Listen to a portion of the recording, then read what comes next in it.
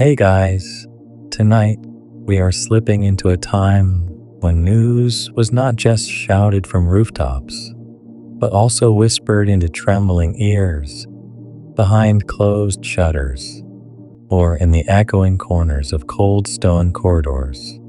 This is not the tale of a famous king, or a brutal knight, or even the booming town crier with his bell and scroll.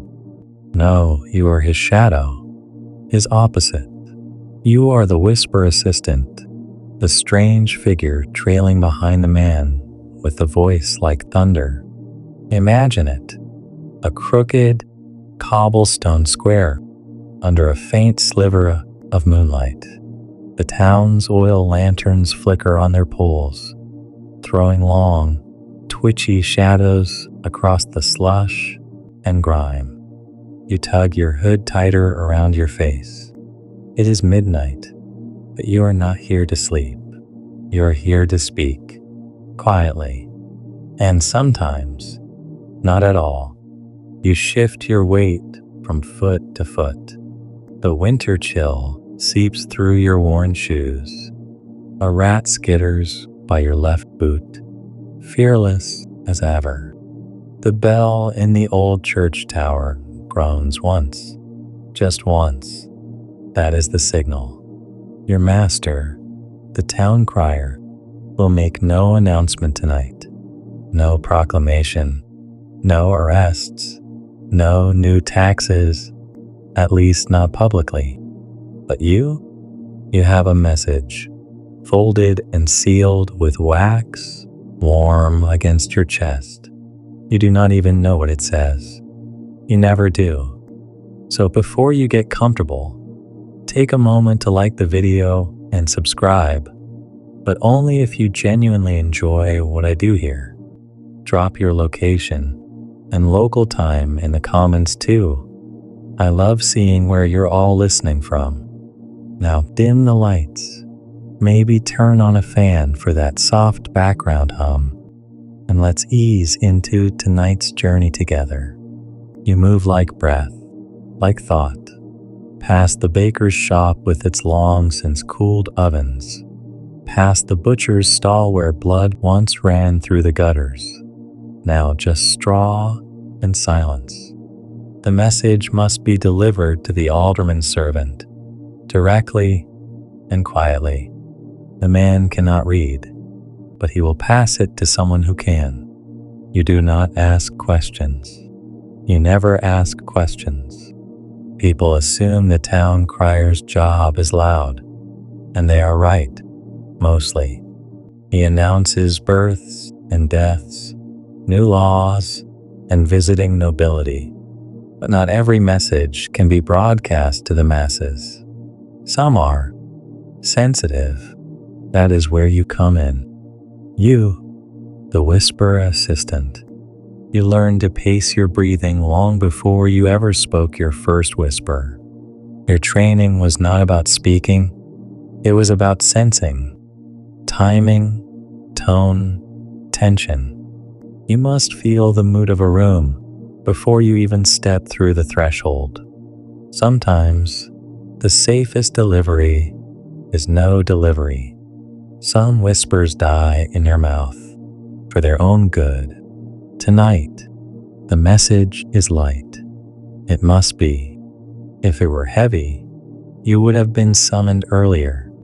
Heavier messages travel by day, ironically, disguised as bread deliveries or in the folds of a laundress's apron. But not you. You are always alone, and always at night. The town crier likes to call you his little bat. Not because you fly. Heavens, no. You are terrified of horses, let alone flight, but because you navigate by feeling, by memory, and by vibration. You remember door squeaks and stair creaks. You know who coughs in their sleep and who snores loud enough to drown your footsteps. You could walk this town blind. Historians still argue whether the whisper assistant was an official position or just an invention of overworked criers with poor memory. Some scrolls mention them, others do not. The town ledgers never list your name. Even your pay comes in folded cloth or baked inside a pie. You are, in many ways, unrecorded, a rumor with legs. You tap twice, lightly, on the servant's door. No answer.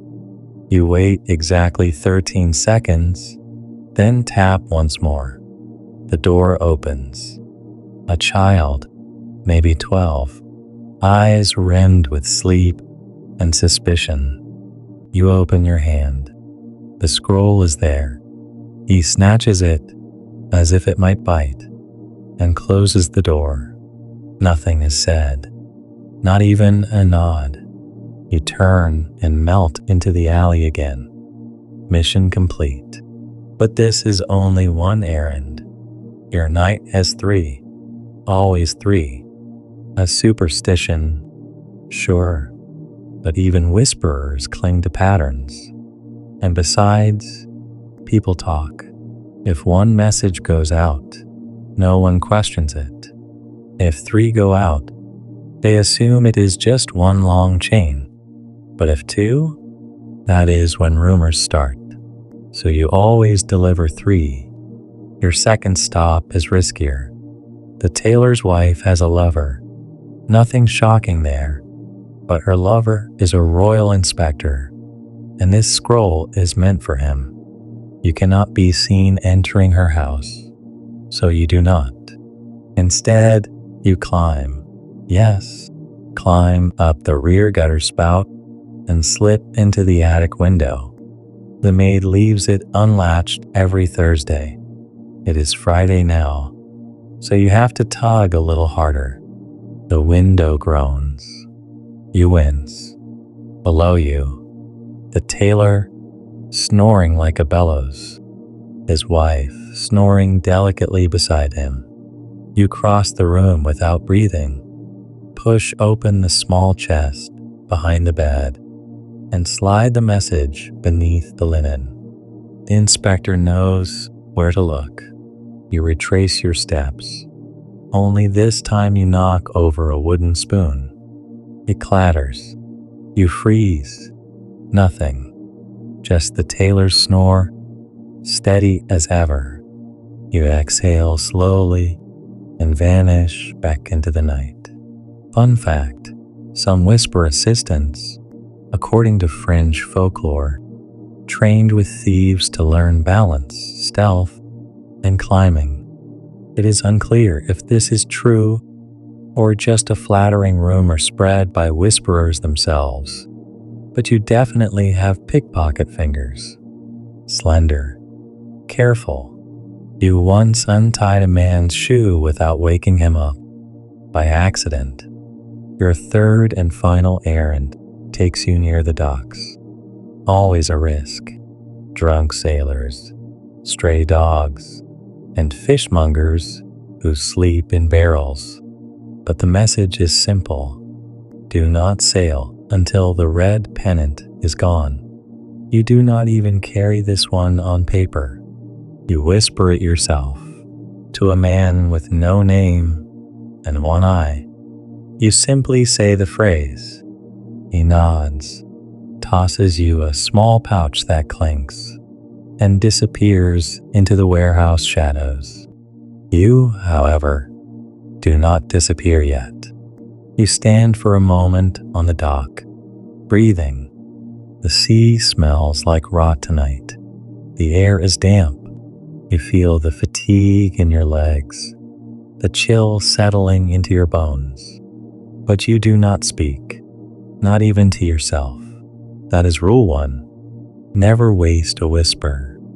You are not born a whisper assistant. No one wakes up one day as a child and declares, I shall serve as the soft-spoken shadow of a town crier. It happens slowly, accidentally, and always after you learn how to make yourself small. It started with breath. You remember it vividly. the long, echoing corridors of the old priory school, where breath was more sacred than speech. The monks used to walk in pairs, always in silence, always with their hands folded in front. You were not one of them, not exactly, but you lived in their shadow, scrubbing floors, lighting candles, delivering bread. You were 10 years old and already an expert at disappearing around corners. One day, Brother Isidore pulled you aside. You had accidentally startled him just by standing quietly in the doorway with his candle. Instead of scolding you, he gave you an almond. You had no idea why.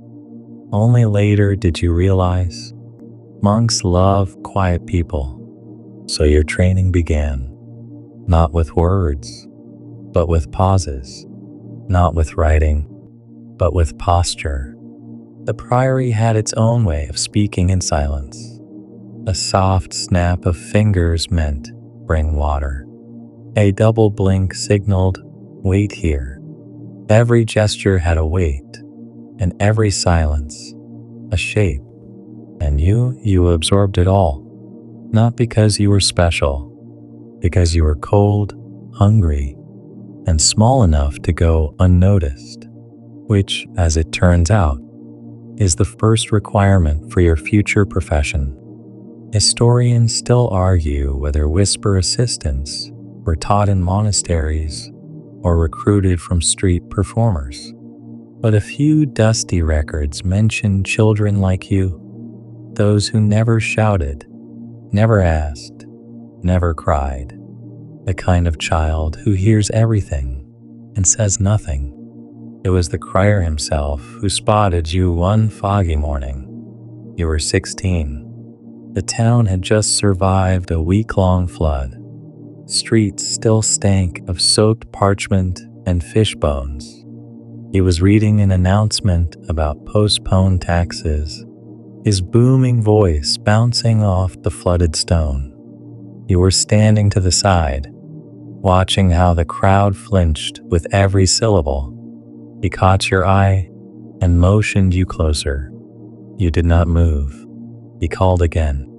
You still did not move. Finally, he walked over himself and crouched, eye level, face unreadable. "What is your name?" he asked. You whispered it, just once. He smiled. 2 days later, you were wearing a black tunic and trailing behind him like a shadow that refused to vanish. No one understood what you were doing. Some thought you were his errand boy. Others believed you were his nephew, cursed with silence by a passing crone. Only a few guessed the truth, that he needed you. See, town criers were loud, but that also made them predictable. The nobility knew when the announcements would be made. The guilds anticipated the taxes. Even the fishwives memorized his routes. He was a force of nature, but he had no subtlety. You provided that. Whispers are like keys. They do not open every door, but they can unlock moments. You learned this quickly. Your first assignment was not a message, but a presence. To sit beside the crier as he delivered a very pointed speech to the blacksmiths' guild, who were rumored to be melting down stolen silver into church bells. Your job? Watch the crowd. Whisper the names of those who looked guilty. You named 4. He arrested 2 the next morning. The town buzzed with confusion. How did he know? Who tipped him off? Why had he smiled when he rang the bell? You were never mentioned. From then on, your training deepened. He taught you to walk with him, not behind, but beside, just slightly. Your cloak was always a shade darker than his. If he shouted, you murmured. If he coughed, you waited.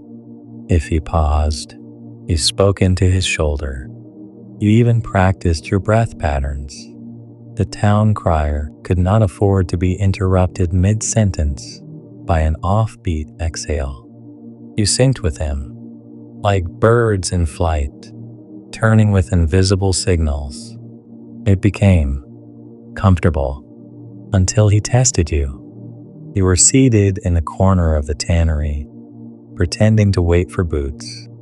He slid a folded parchment under your elbow, then left. No instructions, no names, just that parchment and the smell of boiled leather. You did not open it. That was the test. A real whisper assistant never peeks. If your hands are too curious, you will not last a week. Some messages are meant for nobles, others for spies. One might be a death sentence, another an innocent love note. You do not decide which is which. And once the parchment is blank, that was another test. You passed. That evening, he handed you a leather pouch. Inside, a single whisper coin, a tiny brass disc stamped with a closed eye. You still carry it, not as currency, but as warning. The eye is always closed. You should be, too. The job is harder than it seems. You must remember which noble prefers Latin, which one hates being touched, and which one has a deadly fear of dogs. You must know when the baker's wife leaves her window open, and when the guard dog at the mill is tied up. You must, on occasion, disguise your voice. You once pretended to be a frail grandmother. It worked, once. But it is not all solemnity and stealth. Some nights are funny, like the time you whispered a love poem into the mayor's ear, only to discover it was meant for the mayor's wife.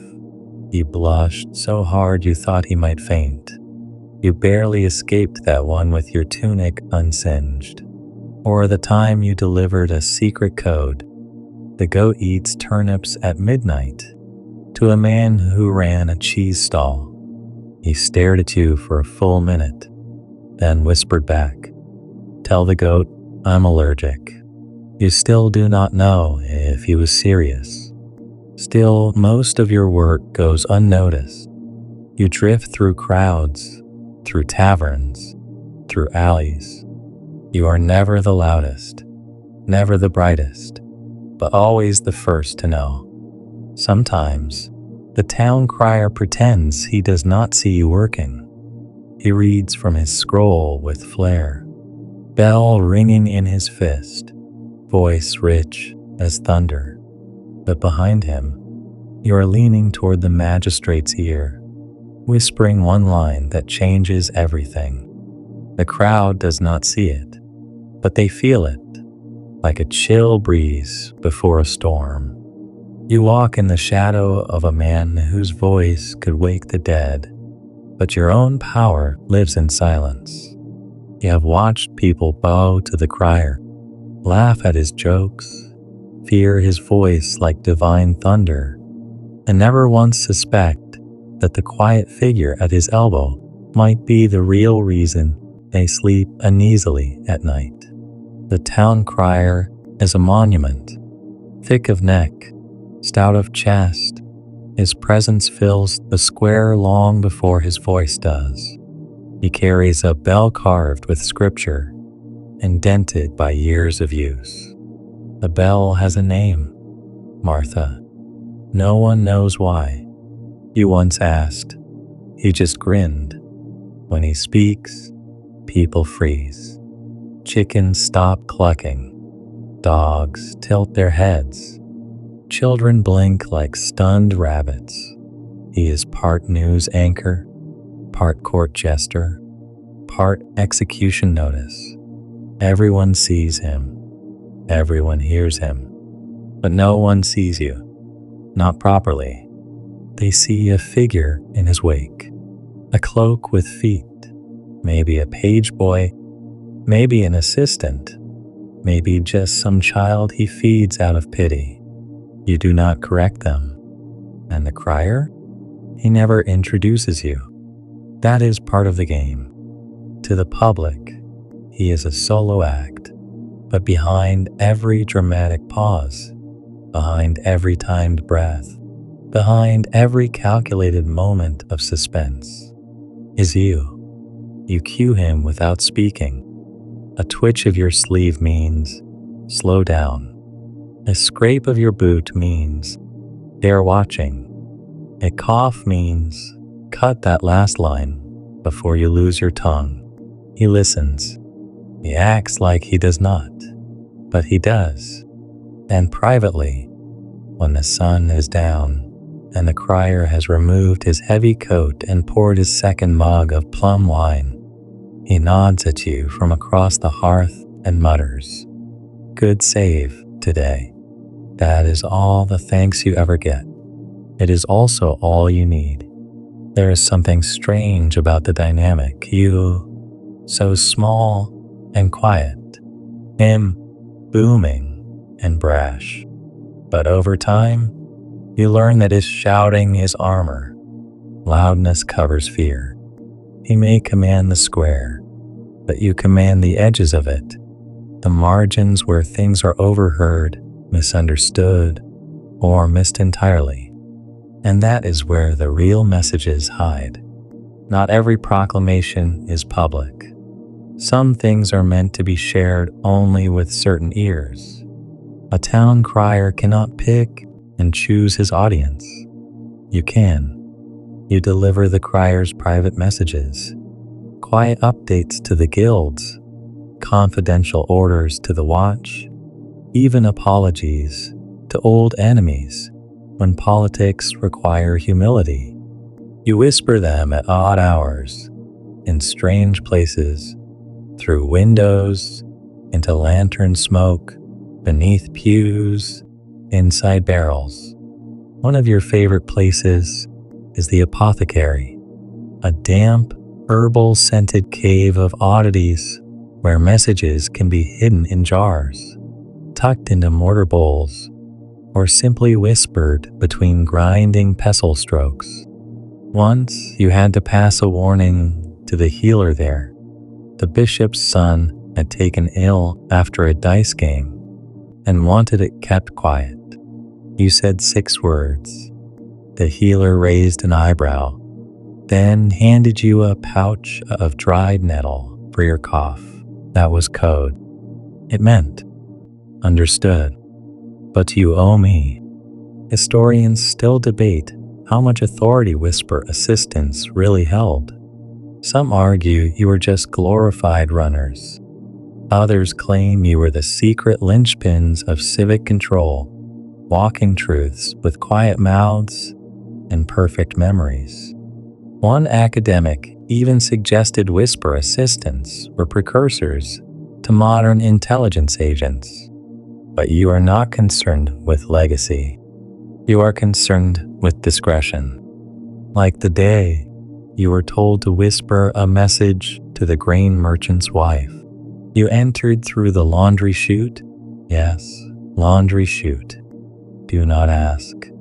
And found her crying over a broken comb. You offered the message anyway. She slapped you. Apparently, she thought it was from her husband. It was not. It was from the crier, warning her to stop laundering money through barley shipments. After the slap, she read it, then cried harder. You left by the same chute, covered in woollent. It is not always dignified. The crier, meanwhile, never mentions these errands. Publicly, he maintains his image, the lone voice of the town, the bellowing bell ringer, the charismatic herald. But behind his charisma is your precision. His scrolls are prepared hours in advance. But the real updates, the real risks, they arrive late, change fast, and come through your hands. Once, he forgot that. It was the feast of St. Barabbas, and the town square was thick with celebrants.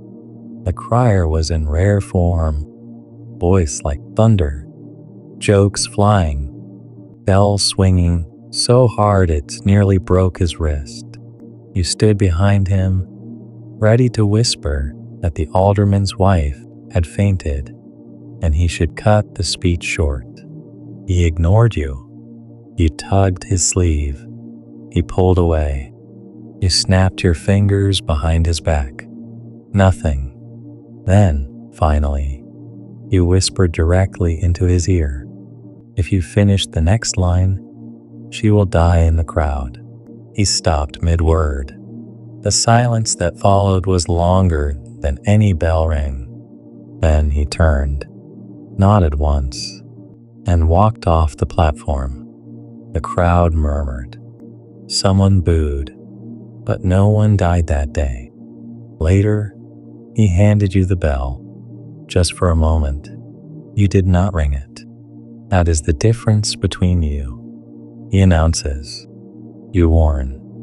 He instructs. You adjust. He commands a room. You guide its shadows.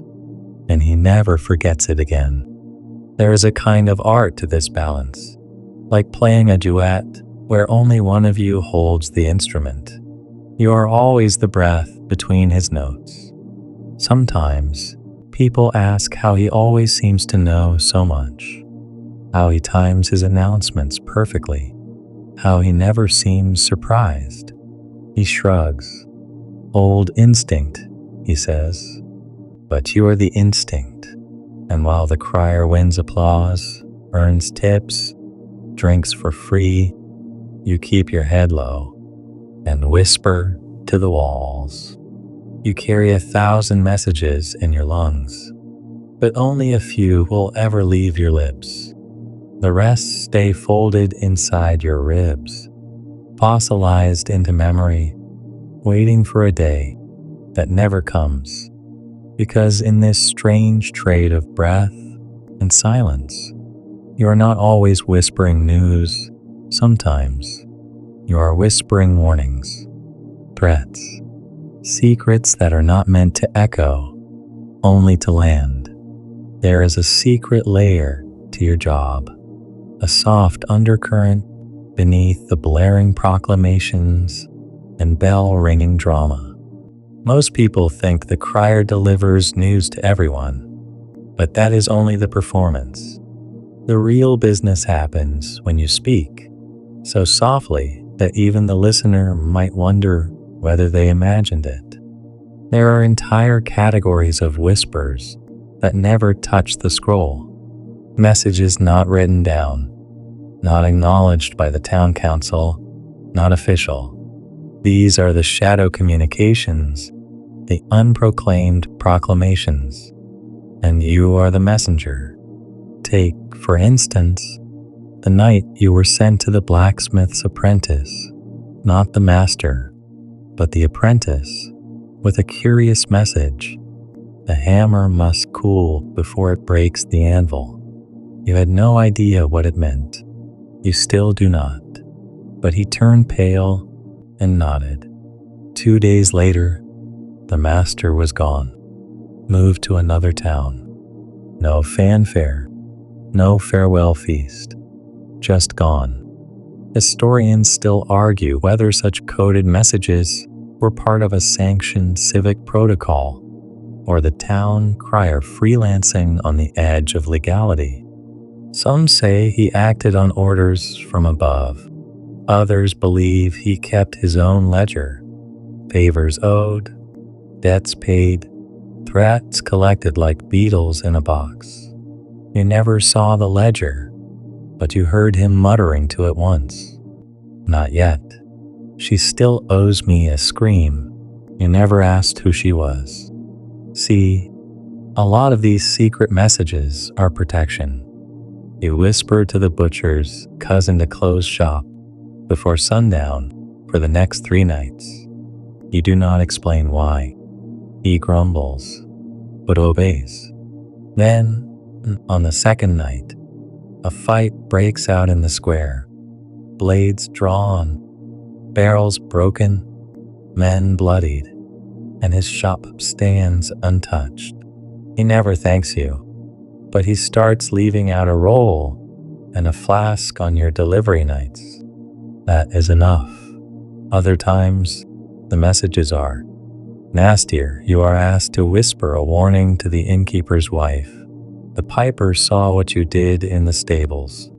Just that, no more. You whisper it during Mass, behind the incense veil. She gasps. You vanish. You do not know what it means. You do not want to know. This is the danger of your job, not the rooftop climbs or alley chases, or even the time you got locked inside a cheese cellar for 11 hours long story. Very smelly. The danger is mental. You start piecing things together. You start noticing. You start connecting things no one should connect. Like how Lady Morgan always leaves town the day before a scandal breaks. Or how the cobbler's youngest child gets sick only when the bishop returns. You whisper a message to a guard. Double the watch on the north gate. A week later, a merchant is arrested with stolen relics hidden under a false floor in his cart. You are the only one who saw the scratch marks on the cobblestones. You never mentioned them. You just whispered. The crier knows this about you. He watches you differently now. Less like a servant, more like a barometer. If you are tense, he delays announcements. If you arrive late, he asks nothing, but shifts his route.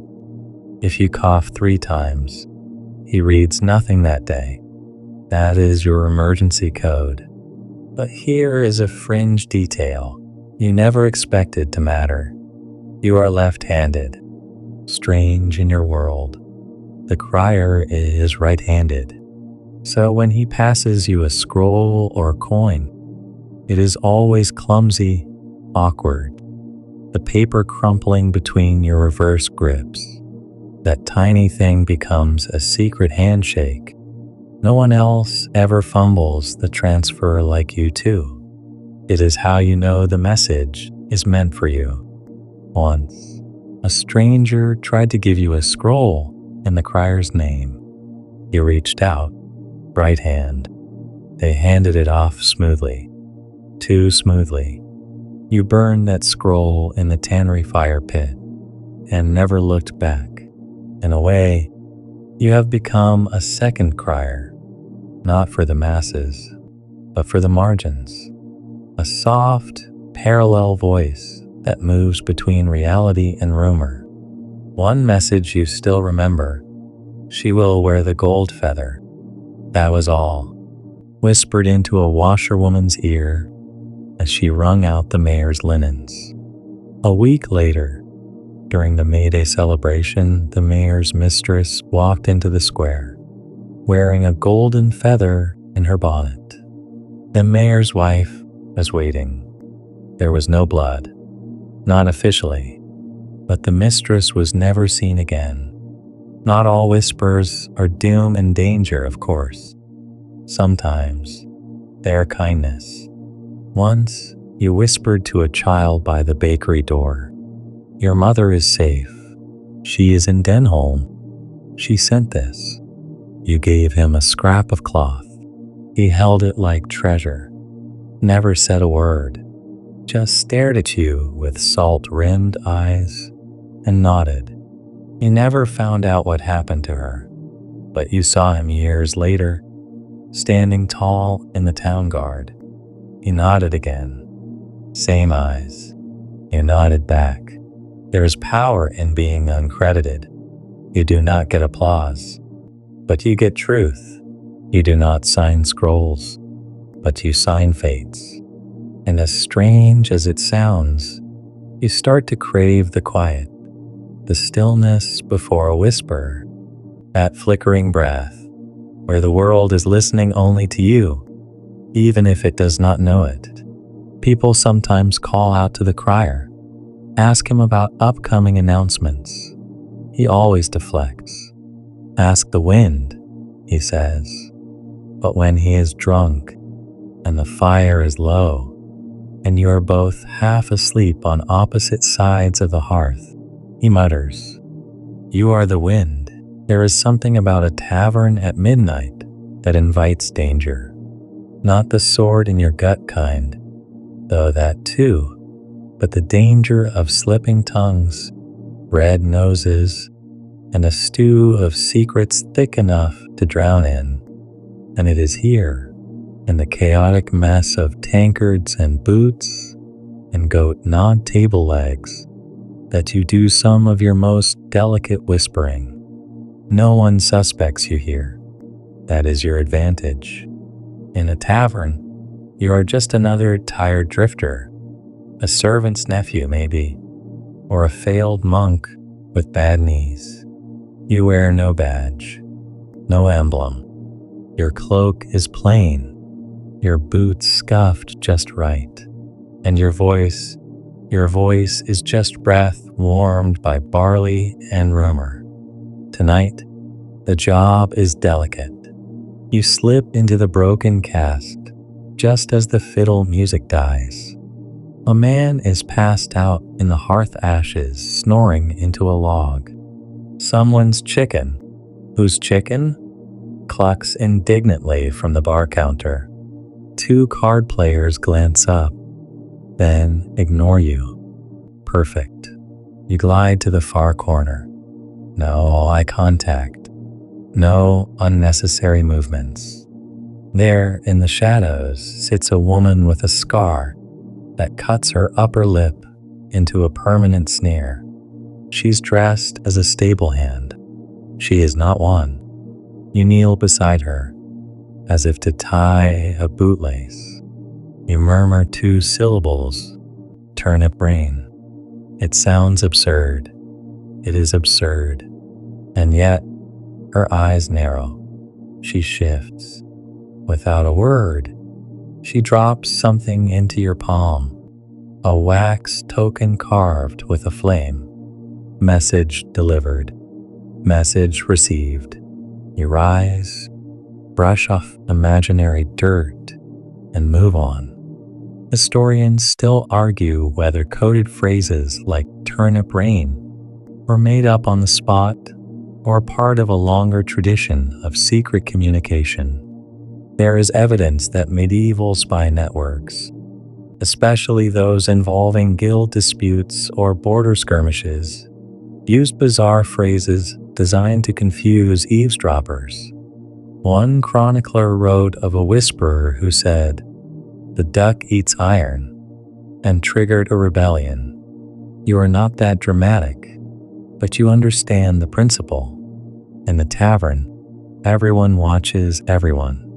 No one listens, except toothless spies. You hate them. Toothless spies are usually old men, bent double with age and drink, lurking near the hearth or pretending to play dice alone. They grin at you with pink, gum-wet smiles and nod at everything like a drunk parrot.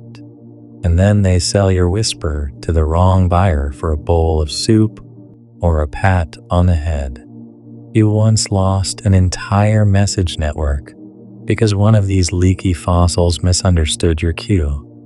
You had said, "The fox limps east." He passed on, "The socks swim beast." 2 arrests, 1 stabbing, and an argument about translation later. The whole thing was scrapped. So now you plant false whispers. Bait, really. You let one slip near the old man. The brewer's daughter wears red at noon. Completely fabricated. But he hobbles off to share it anyway. Eyes bright with the thrill of betrayal. The brewer's daughter wears green. Always has. Meanwhile, you deliver the real message to the stable boy behind the tavern. Barrels move before sunrise. He does not respond, just nods and keeps brushing the mule. You disappear through the side door, unnoticed. Not all whispers go to people. Sometimes they go through people. You might whisper to the scullery maid who casually sings your phrase while scrubbing plates, or to the tailor's apprentice who sews a certain stitch into a hem as a silent alarm. Once you trained the butcher's son to hiccup when the magistrate approached. He never knew why. He just thought it was nerves. You are not just the voice. You are the echo, and echoes bounce. The tavern is a test. It is always loud, always filthy, always full of memory holes waiting to leak something important. You do not trust it, but you use it, because the beauty of a drunk man is that he forgets what he heard, unless he sobers up. That is why you time your visits. Whisper before the fourth cup. After that, no one remembers who was whispering or why. They just remember someone smelling faintly of wax and mint pass through. That is you. Tonight you leave the tavern with another message to deliver. A riddle whispered to you by a bard who pretends to be mad. He handed it to you like a blessing. If the chicken sleeps on gold, wake the bell. What does it mean? Who knows?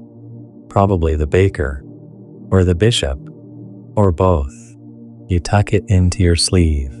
And here is a quirky fact.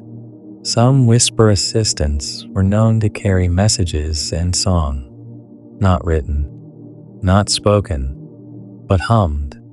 Each note corresponded to a letter, each rhythm a symbol. You tried this once, hummed your way past a pair of guards while delivering a message hidden in melody. They complimented your singing. You kept walking, but you preferred the spoken word, the soft syllable, the carefully inhaled vowel. Whispering is not just about volume. It is about intention and timing. Once you had to whisper a threat to a man who refused to be scared.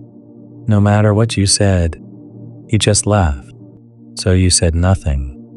You stood in his doorway for 3 full minutes, silent, breathing steadily, eyes locked on his. He paid the owed tax the next day. You did not even blink. There is power in restraint, in choosing not to speak. That is what makes your role so strange. You are both herald and ghost. You exist between sound and absence, between wine-soaked nonsense and cold, sharp meaning. Sometimes the crier asks where you go at night. You shrug. Nowhere, you say. He laughs, but his eyes do not. He knows. He just pretends not to. And tomorrow, you will do it all again. Duck under tables, slip through doors, whisper riddles to pickpockets and priests, and leave no echo behind, except the message that always lingers. The monastery smelled of damp stone, burnt wax, and overcooked lentils. That is where your tongue was trained. Strange, is it not? A profession of whispers born, not in the palace, nor on the battlefield, nor among spies, but in a place where silence was considered holy. The Abbey of St. Luthwin, tucked at the edge of the town like a forgotten boot. Most townsfolk feared it, not because of curses or demons or dark rituals. Nothing so dramatic, just the weight of quiet, the way it pressed against your skin. And it is there that your apprenticeship began. Not formally, of course. No monk ever called you student.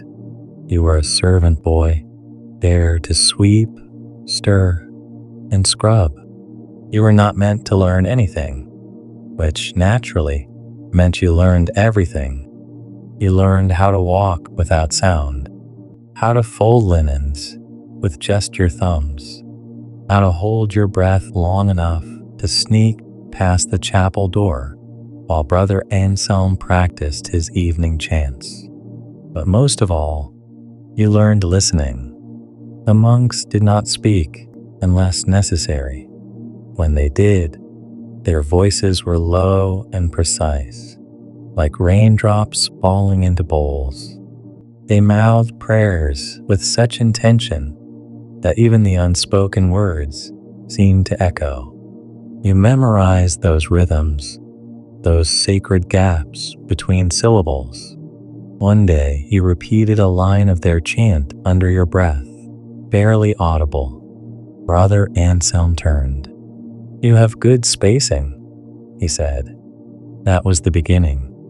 No fanfare, no ceremony, just a phrase of acknowledgement dropped like a pebble into your otherwise invisible life. After that, he started leaving small tasks unfinished, letting you complete them without being asked. He would forget to snuff the third candle. You would snuff it. He would lose the ink pot. You would find it. Eventually, he gave you a task that was not about fire or ink or bread. He handed you a scroll. "Do not read this. Do not speak of it. Deliver it to Brother Carthus. If he weeps, say nothing." You did exactly that. Brother Carthus wept. You said nothing. The next day, you found a small pile of salted figs on your bed.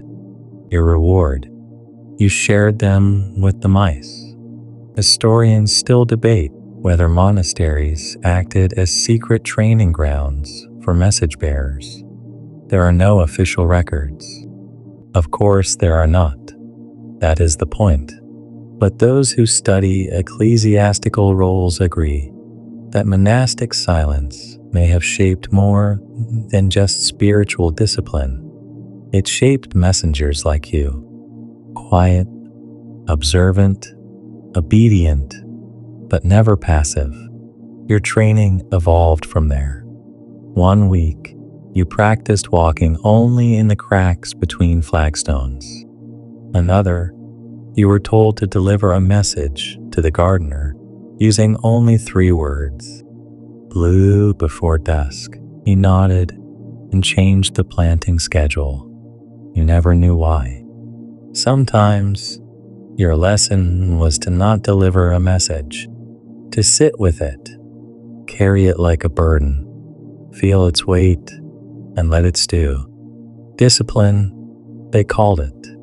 Brother Anselm believed the tongue was not the most important muscle in whispering. It was the diaphragm, the control of breath, the ability to press a consonant from your lips using only the air in your throat.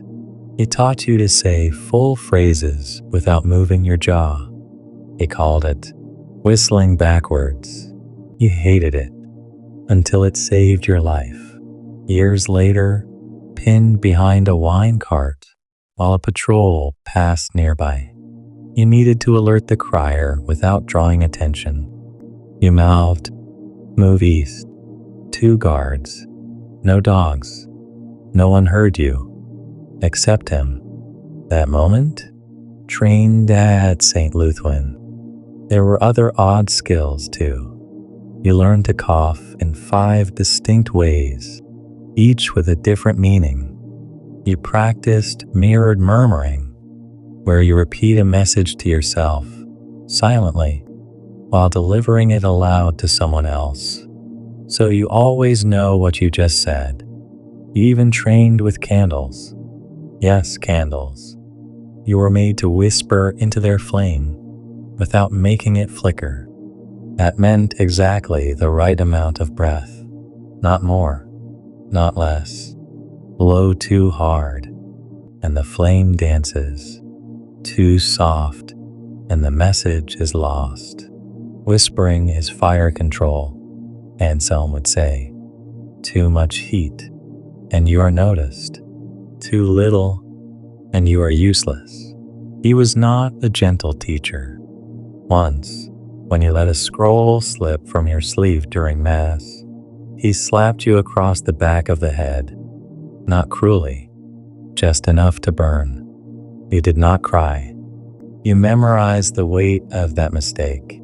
Eventually, your time at the Abbey ended. You were not dismissed.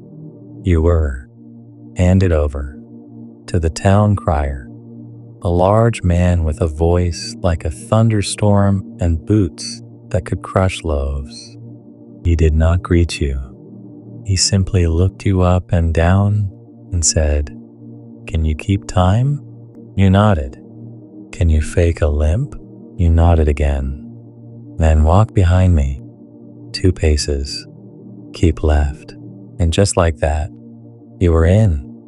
The monastery faded behind you, like a dream swallowed by morning.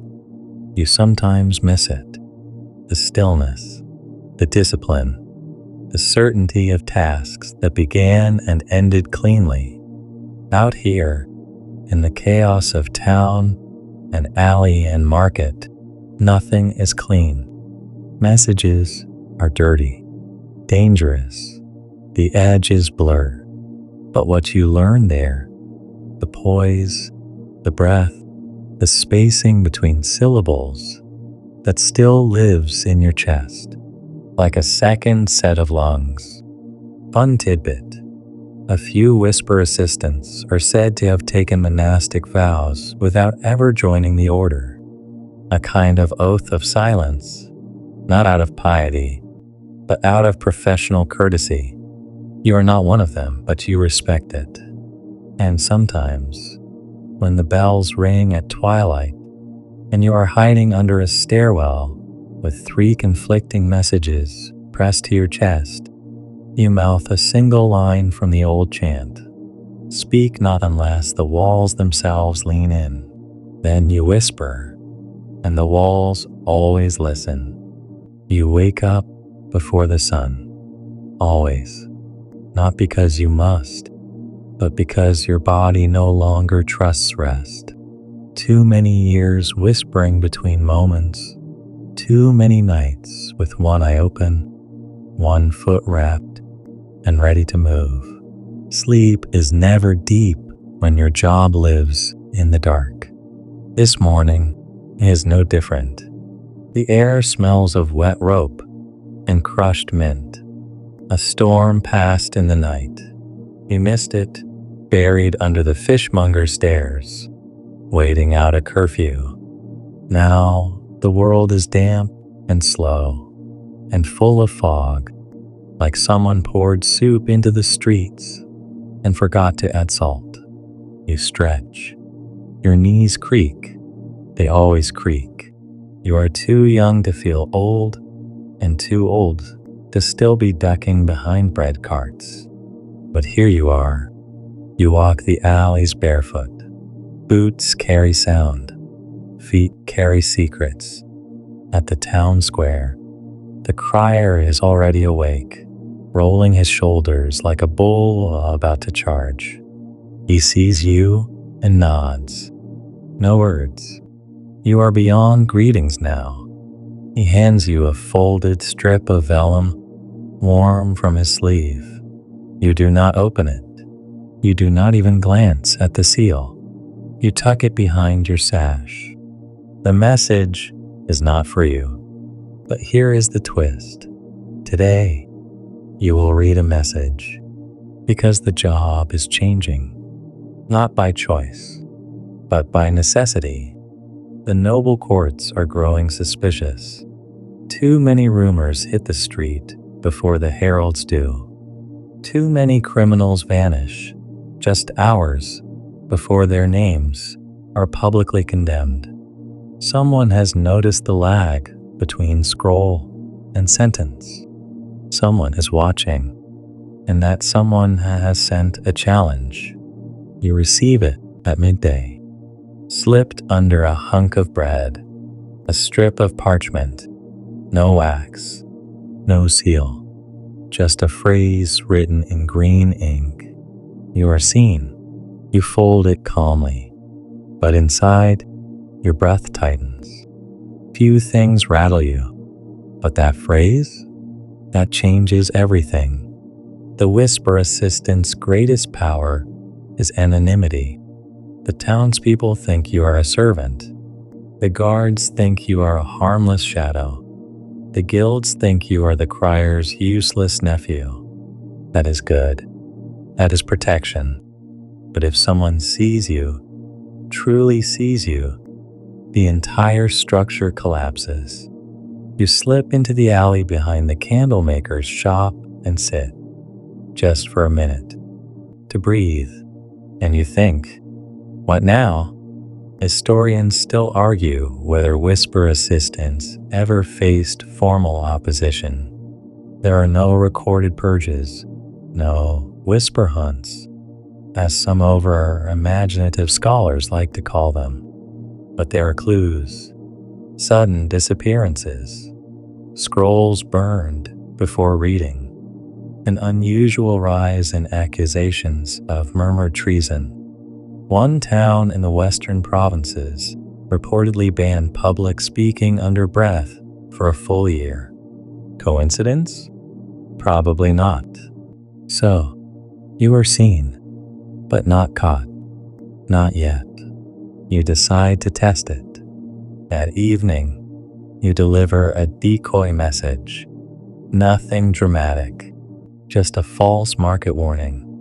Salt prices rise at dawn.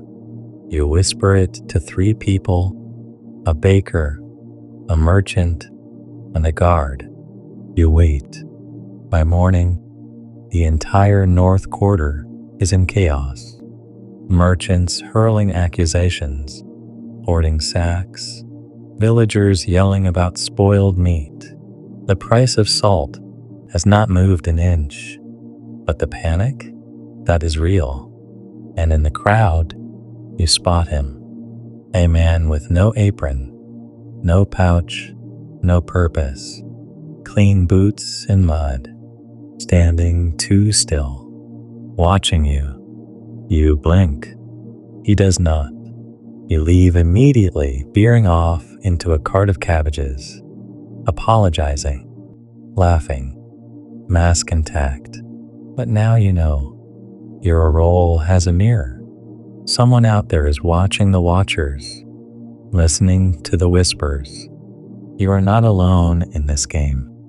The crier senses it too. That night, he sits by the fire, silent, no wine, no rants, just cleaning his bell like a man polishing a sword. You sit across from him, holding the salt message in your hand. He glances at it. Did it work? You nod. He sighs. Then, he does something he has never done before. He shows you his ledger. Not the official one. The one he shows town elders and magistrates, the real one. The whisper book. Thin, bound in ash leather. No names. Just symbols, doodles, marks, only he understands. You flip a page and see a circle, half filled. Next to it, a line with a thorn on one end. That is you, your mark. Next to it, a crescent, split down the middle. You tap it. He says, the one who sees. You ask nothing else, because you understand. You are no longer whispering in the dark. You are whispering under surveillance. And the job just got more dangerous, but also more interesting. Quirky aside, some whisper assistants were rumored to keep mirror journals, not about what they said, but about what they heard. Everything from flirtations to family feuds to fake deaths. A kind of social diary written in invisible ink or baked into bread crusts. You once tried writing one. It got eaten by goats. You never tried again. Back to your new problem. You know now that whispers can ripple. Your false message about salt triggered a full day of unrest. That is power, raw and sharp. And someone wants to know how you wield it. You decide to answer with a message of your own. You take a scroll. You write, "We see each other." No seal. No flourish. You tuck it inside a wine bottle and place it in the alley behind the tannery. Gone by morning. The reply arrives 2 days later, burnt into the edge of your boot, a matchstick, half charred, wedged under the strap. Your new listener is clever, subtle. You are going to enjoy this. By now, the town feels like an old puzzle box. You know which shutters creak before dawn, which guards lean left when they lie, and which floorboard in the weaver's shop hums when stepped on wrong. You move through it not like a visitor, but like a spell, soft, barely noticed, and full of implication. But the puzzle has changed. The watcher, the one who sees you, has tilted the board. It starts subtly, a question where there should be certainty, a face in a crowd you do not quite remember. A message meant for the merchant's daughter ends up in the hands of her cousin, one she has not spoken to in years. Too precise to be luck. The crier calls it echo bleed. He says it like an old man saying fever or war. It means the whispers are no longer contained. They are looping back, repeating, echoing wrong. Someone is tampering. You test the theory again. A whisper, perfectly constructed. The abbey bell is cracked. It means nothing really. A phrase from your monastic days, once used to warn of spoiled bread shipments, but you deliver it to a thatcher near the west wall, a man with 6 children and a habit of pretending he cannot hear you. The next morning, a nun knocks on your window and hands you a bowl of berries. "I heard the abbey bell is cracked," she says, like she is asking if you need a doctor. You nod and close the window, then you sit very still. She was never meant to know. The echo has bled again. So what do? Whisper assistant? You shift. You get unpredictable. Instead of walking your usual route, you double back. Instead of speaking at the bakery, you whisper behind the day shop. You flip the timing of your delivery run. You even fake a limp just to change your pace. Historians still argue whether whisper assistants were required to memorize erratic protocols, secret behavioral tics that allowed them to throw off observers or tailors. One surviving manual, if you can call it that, it is mostly stained cloth with smudges, mentions the 3 twists, a shuffle, a cough, and a misstep, all within 30 seconds. It sounds ridiculous. You have used it 5 times. Today, it saves you. You duck into the charcoaler's shed, supposedly to deliver a message about cart weights, and notice, just faintly, the smell of rosemary. That would be normal in a cook shop, not here. You turn slowly. There he is, not hiding, standing, watching. Same man, clean boots, stillness like stone. This time, he speaks. "You are very good," he says, voice too calm. "Do you know what happens to the best? You say nothing. You have learned to use silence as both blade and balm." He smiles. It is not kind. They vanish. Then he walks out. No threat, Just that you do not follow. The crier finds you that evening, seated beneath the mill bridge, skimming stones into a stream with your thumb pressed to your temple. You do not look up. He spoke to me, you say. The crier groans and sits beside you, joints popping like chestnuts. He says, and he knows the system. He built the system, the crier says. Before me, you turn. You said you were the first. I said I was the loudest. That is the night you learn the truth. There was once another whisper assistant, long ago, before your time, before even the crier's time. A legend, known not for loyalty, but for cleverness. They say he could write whole messages on the palm of your hand in dust, and you would not feel a thing. They say he turned, joined the border lords, sold the system, then disappeared, until now. Do you think it is him? You ask. The crier shrugs. If it is, he's old now. But old foxes don't forget holes, which is why you set a trap. Not for him, for the echo. You write a false message, this one about firewood quotas, a boring, bureaucratic whisper. You cede it to a merchant's son who you know gossips. You time it so that the echo will bounce just once, back into the hands of someone who might respond. It does. 3 days later, a scroll arrives on your pillow. No name, no seal, just one sentence. Your firewood's wet. And that is it. Confirmation. He's not just watching. He's listening. And he's answering. Ear is the strange thing you feel. Exhilarated. Whispering has always been a one-way trade. You deliver. They receive. Even your clients, those who depend on your words, rarely respond beyond a nod or a grunt.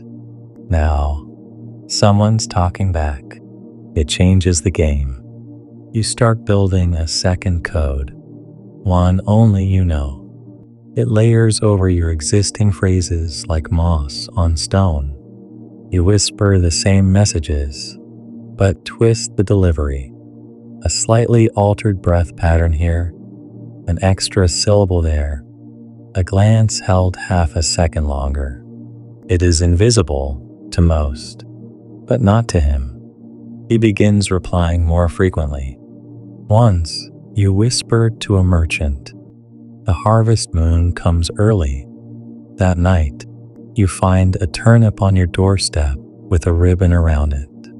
Another time, you whisper, 2 bricks missing in the southern wall. The next day, you find a clay brick on your seat in the crier's tower. It is cracked straight through. You are not sure if he is threatening you or flirting with you. Both? Meanwhile, the crier pretends not to notice, but he is always adjusting the bell, wiping it longer than necessary, reading from blank scrolls just to make a point. This becomes the new dance.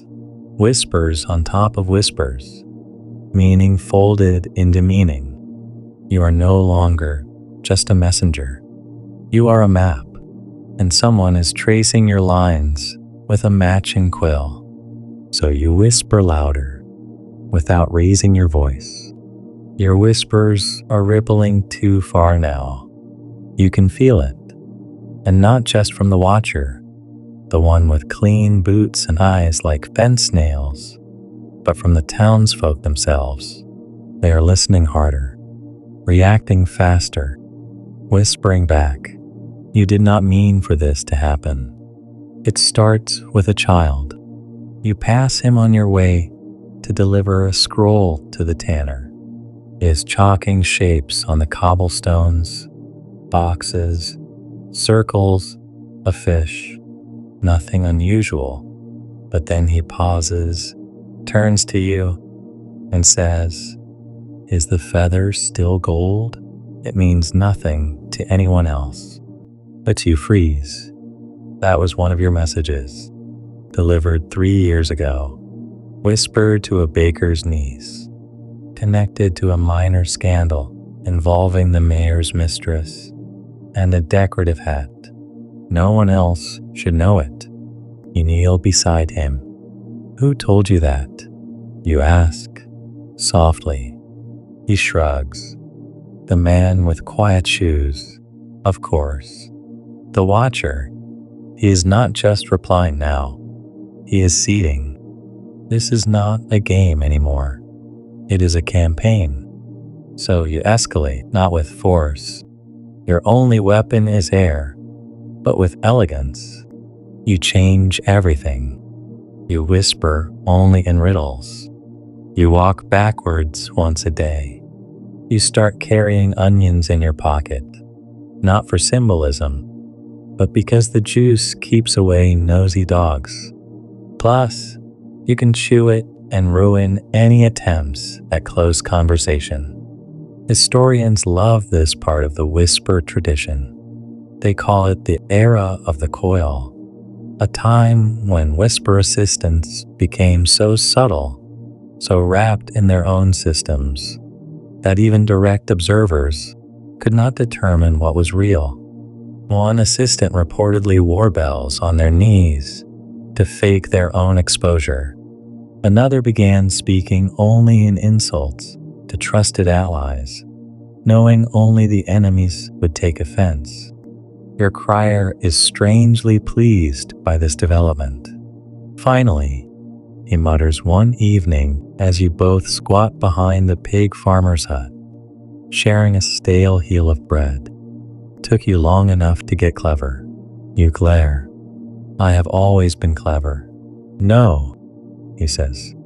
"You have always been fast. Clever is new." He rips the bread in half. Wear it carefully. The problem with cleverness, though, is it attracts other cleverness. And soon, the watcher is no longer just echoing, he is mimicking. A woman arrives at the northern gate with a message. She claims she is your replacement. She wears your cloak. She speaks in your rhythm. She uses one of your old codes. The fishmonger sleeps light, but she's off. You can smell it. Her vowels are clipped. Her shoes are polished. Her hair is too clean. You intercept her at the mill. "Who sent you?"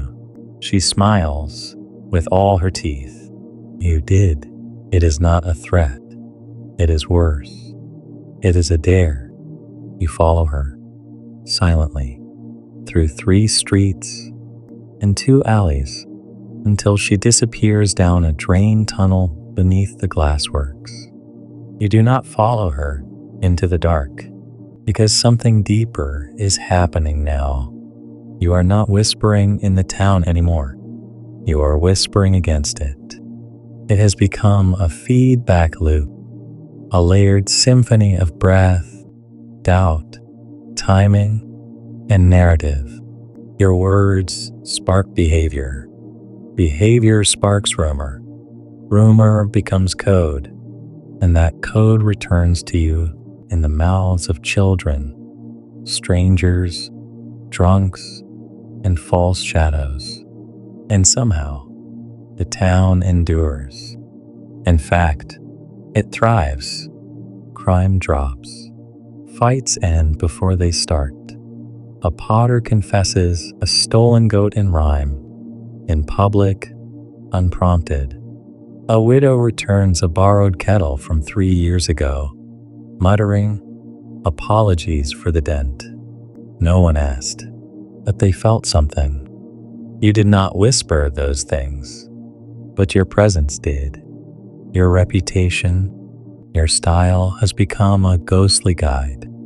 People do not even know why they do things anymore. They just feel watched, nudged, whispered to. There is a word for that. Not legend, not myth. influence, and it terrifies you because influence can decay. Once a whisper becomes too large, it cannot hide, and once it cannot hide, it can be hunted. So you do the only sensible thing. You erase yourself. You burn your alternate cloak. You shave one eyebrow. You fake a leg injury and begin delivering fish for 2 days straight. You say nothing to no one. You whisper only in your sleep. The watcher does not pursue you during this phase. Maybe he thinks he won. Maybe he knows the rules. If the wind stops, the trees must wait. But here is the secret. You are not silent. You are resetting. You are building a new layer, a fourth rhythm, a whisper beneath the whisper, one not even the crier knows. And you test it on a pig. Yes, a pig. You whisper a phrase into its ear as it trots past on a leash, oats before clover. The farmer stares at you, but 2 days later, he changes his grazing route. And you? You find a mark carved into a tree, your old symbol, turned upside down. The watcher heard and responded. You are back, not louder, not stronger, just deeper. By now, your whispers are stitched into the town like old embroidery, hidden beneath layers of noise, barely visible, but unmistakable to those who know where to look.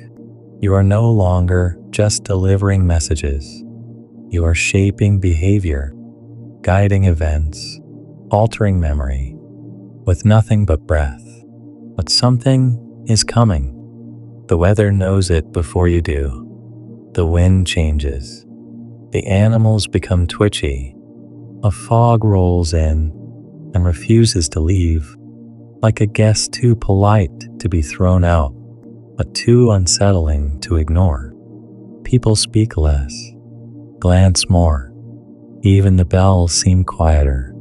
The crier notices first. He looks at the horizon for longer than usual, polishing the same brass button for 20 minutes before speaking. We've been too good at this, he says. You do not reply, because you agree. Your success is unnatural.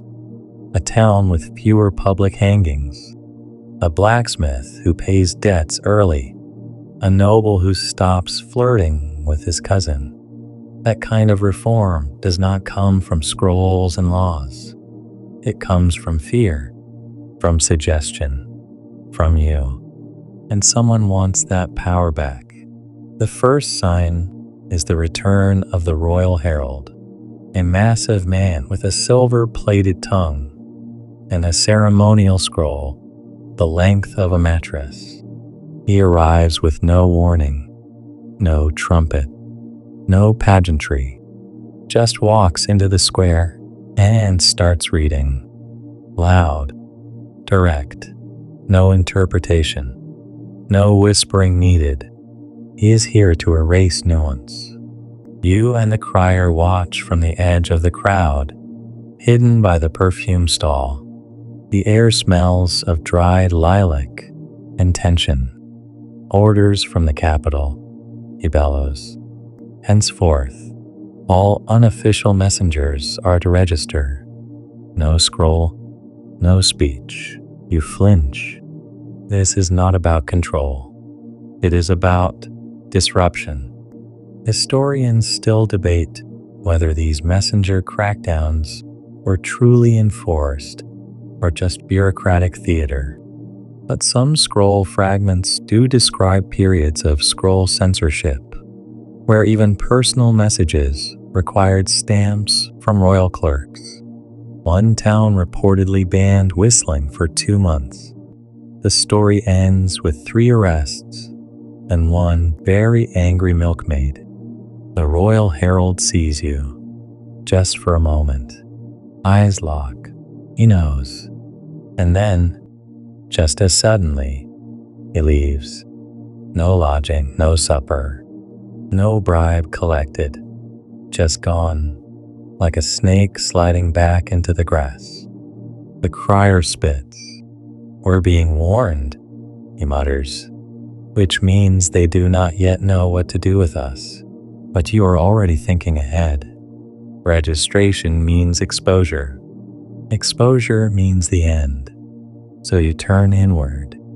You establish a network of reverse messengers, not whisperers, but listeners. People who do nothing but absorb noise, then repeat it back to you later, like verbal lanterns. The pig seller's daughter, the blind harper by the well, the man who sweeps the chapel floor and hums the same 4 notes every Thursday. They are your eyes now, your ears, your echo, and they cost you almost nothing.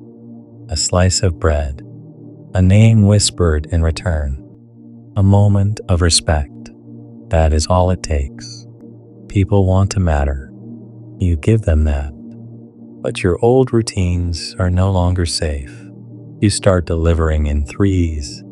3 routes, 3 messages, 3 exits. You never cross the square without blinking twice in the direction of the statue. That is your code. If someone mimics it, you vanish. One night, someone blinks back. Not a stranger. The baker. Your baker. The one who always pretends not to know you. He blinks twice, looks at the statue, and walks on. You follow him after dark. He leads you to the granary, not a place known for whispers, just rats and rye. Inside, by candlelight, he shows you his arms, tattooed, not with symbols, but phrases, lines of code, fragments of your own delivery patterns. "Used to do your job," he says softly. "Long time ago, before I fell in love with quiet." You say nothing. He hands you a single strip of linen. On it, 5 syllables. Glass breaks near cloth. It means nothing and everything. The next day, you find the Royal Herald standing near the weaver's shop, dazed, his scroll torn, his left boot gone. He says nothing. He leaves again. And now the town knows something is off, but it does not resist, because your influence has turned into something stranger than control. It has become comfort. People feel better when they think someone is whispering. It means someone is watching. It means danger will not arrive unannounced. It means maybe, just maybe, someone cares. And here is the strangest thing. You start to believe it too. Not just the power, the responsibility. When the town butcher loses his son to fever, you leave a scroll wrapped in rosemary on his doorstep. Not from the church, not from the court, from you. It reads, "The knife remembers the hand." He weeps for an hour, and then he returns to work. Not because the message made sense, but because someone whispered it. Here is your fringe fact for this chapter. In one obscure town archive, there is mention of a phantom crier, a figure believed to deliver moral encouragement via anonymous poetry. Some believe it was a priest. Others think it was an exiled whisperer. Either way, the notes kept appearing for decades. You like to imagine you are their spiritual descendant, but you do not write poetry. You write in breath, in fog, in absence. Still, something is tightening. You feel it in the way the air hangs between you and the crier, in the way your listeners nod slower now, as if waiting, as if bracing. Something is coming. But for now, You whisper, because if you stop, the silence might kill more than the noise ever did. The bells are off. It is not obvious at first. They still ring at the correct hours, still echo across the rooftops with their usual clanging certainty. But you hear it. The pitch is strange, a little flat, a little slow. You climb the belfry before sunrise to check. The crier is already there. He does not greet you, just nods, then points to the mechanism. A new cord, not one of yours. Thinner, tighter. Government issue. They changed it during the night. He mutters, picking at the frayed end. Did not even tell me. The bell is symbolic, of course. It always has been. Loud, public, righteous. The opposite of you. But in its way, it has always been your partner. The signal for a town's heartbeat. The rhythm by which you slipped between footsteps and glances. If the bell changes, everything changes. You descend the stairs slower than usual, ears tuned to every creak. As you reach the third landing, you see it. A mark, carved faintly into the beam. A half moon, crossed with a thorn. The symbol of your watcher. Not painted, not fresh, old. You run your fingers over it. He was here before you. He never left. That morning, you whisper nothing. Instead, you listen. You sit on a bench by the bakery. Yes, that bakery. And you tune your senses like an instrument. A sneeze, a cough, a curse muttered under breath. You are not here to spy. You are here to notice. You hear it. A rhythm in the footsteps. 1, 2. Pause. 1, 2, 3. The same pattern, 3 different people on opposite ends of the square. You realize it then. He has his own network, not your listeners. His listeners. Old, embedded, quiet. They move like townsfolk, but they are out of sync. Too choreographed. Too smooth. You are being watched again. Not by one, by many. And worse, your own listeners have stopped reporting. Not all, just a few. Enough to notice. The pig seller's daughter vanished. The blind harper moved away, they say. The chapel sweeper, now suddenly deaf. You pace in your room, whispering test phrases under your breath. None come back. The silence is loud. You deliver a message to the fishmonger anyway. The geese turn south with the blood moon, meaningless on its face. A key phrase in your personal code. A call to arms. No one responds. You are officially alone. You consider telling the crier, but when you arrive at his quarters, the door is ajar. A note on his desk reads, "Back at sundown. Do not clean the cup." You know what it means. He suspects he is being watched too. That night, you light a candle and pull out a worn piece of cloth. The old chant Brother Anselm gave you years ago. You mouth it silently. Speak not unless the walls themselves lean in. And then you begin again. From scratch, you build a new network, not of people, but of spaces. The bakery's flour shelf, the loose brick near the tanner's shop, the cracked window at the tax office. Each becomes a drop point, a whisper well. You leave one word in chalk in each location. One word only. Then wait. Historians often overlook the use of physical objects in whispering. Everyone loves the drama of breath and voice, but the physical echo was just as powerful.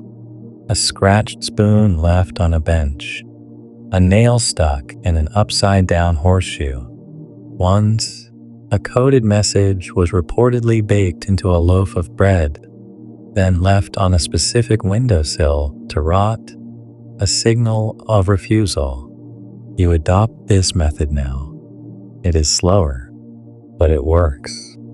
3 days in, a word returns, chalked beneath the statue's foot. Heard. You let yourself smile. Just a little. You whisper again, this time through fabric. You drop a handkerchief behind the candlemaker's door, folded 3 times. That means urgent. Inside it, you scrawl, Baker compromised. Watch the well. The next day, the well is sealed with red rope. Message received. So you keep going. You build an invisible world layered over the visible one. No more whispers between mouths, only between things. You walk like a priest now, quiet, purposeful. You bless objects with attention. A candle here, a coin there. Each becomes a syllable, and they reply. One night, behind the butcher's, you find a hoof print drawn in ash. That is not yours. That is his. A challenge. So you leave a feather. His original phrase, is the feather still gold? It is your way of saying, yes. This strange correspondence continues for weeks. He moves. You counter. He silences. You revive. It is a dance, but not of defeat, of defiance. And then it happens. One of your old listeners comes back, the blind harper. He finds you at the edge of the riverbank, just after dawn. You do not speak. He plays a single note, high, flat, deliberate. It is your cue. You sit beside him. Where did you go? They took me to the dry house, he whispers. Tried to boil the songs out of me. You exhale. Slowly. Did it work? He grins. I pretended it did. He passes you a folded strip of wood, carved thin. On it, don't trust the bell. You already knew. But hearing it from someone else makes it real. Now you know the watcher is inside the infrastructure, not just listening, embedding the bell, the chords, the streets. The rhythm of your town is being rewritten against you. So you break rhythm. You walk backwards through the market. You toss a coin into the wrong well. You say, "Good morning," at dusk. Everyone notices. That is the point. Because now, it is not about staying hidden. It is about becoming legend. Let them wonder what you will do next. Let them fear what breath you might release. The first time you leave town in months, it is not to run or to hide. It is to stretch. Because legends do not linger in one square forever. They move. They flicker between rooftops and taverns, between border towns and abbey gardens. They leave trails that are more suggestion than fact. And it is time you became one. You walk the road south with mud on your boots and onions in your bag. The sky is slate gray, the birds unusually quiet. Every field you pass seems like it is holding its breath. You do not wear your cloak, you carry no scrolls. Today, you are just a traveler, a harmless figure with tired eyes and a loose thread at the hem of your tunic. But your ears, still tuned at the first village, a cluster of straw roofs, and one cranky goose, you drop a phrase at the well. The moon eats clockwise, a nonsense phrase, to anyone but the right ears. 3 days later, a coin arrives at your feet, scratched with a single mark, your own. Someone heard. You are expanding. This is not just for safety. It is strategy. If the watcher owns the rhythm of your town, you will make your rhythm bigger. A wider field, more noise, more bounce, more confusion. Because now, confusion is your weapon. You travel light, but listen heavy. At a crossroads inn, you hear whispers of strange behavior in your town. Children repeating riddles they never learned. Dogs howling at messages no one hears.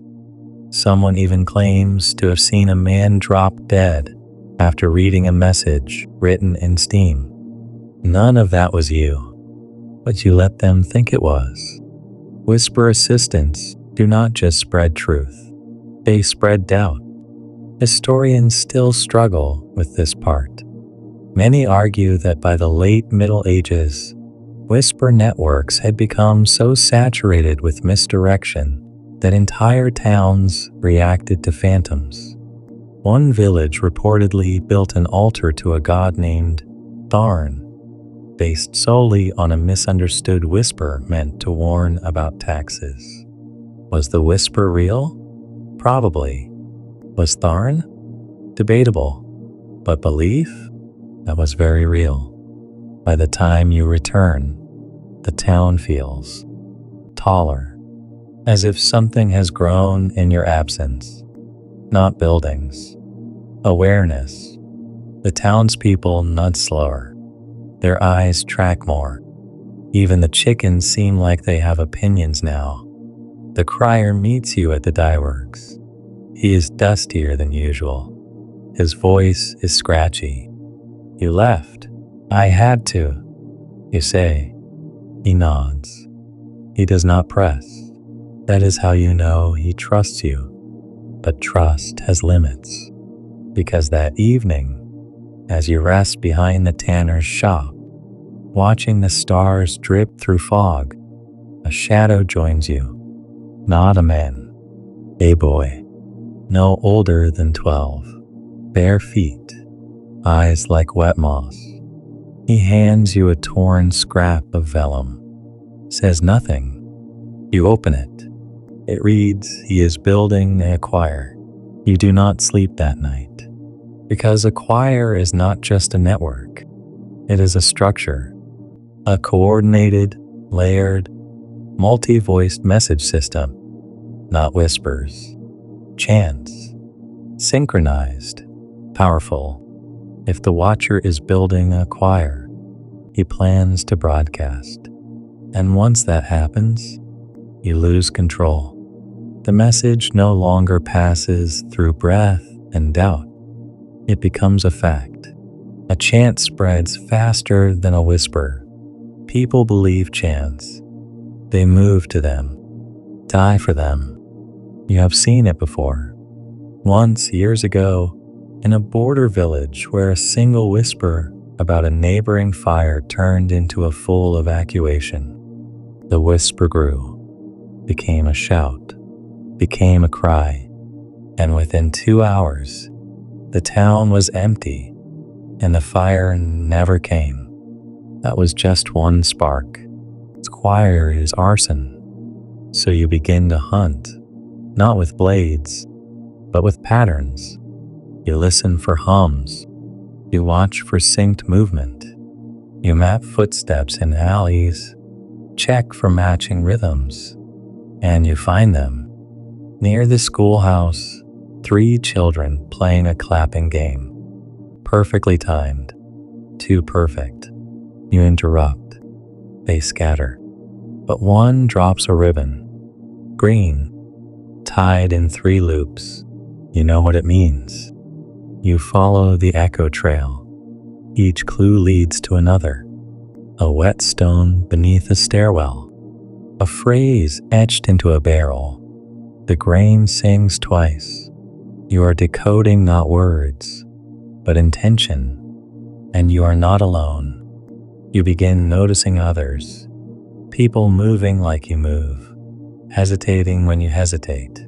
They are not listeners, not watchers. They are counter-whispers. The watcher has lieutenants now. He is no longer watching. He is orchestrating.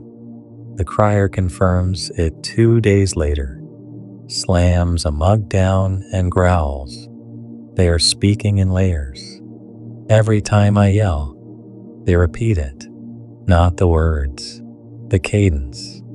They are using my bell voice. You are under siege. So you do what all good whisperers do under pressure. You get smaller. You abandon the crier's routes. You stop using your hands. You whisper with objects. A cracked spoon in the tavern window? Danger. A snapped thread in the baker's awning? Follow. A pinch of soot beneath the stable door? Do not trust the pigeons.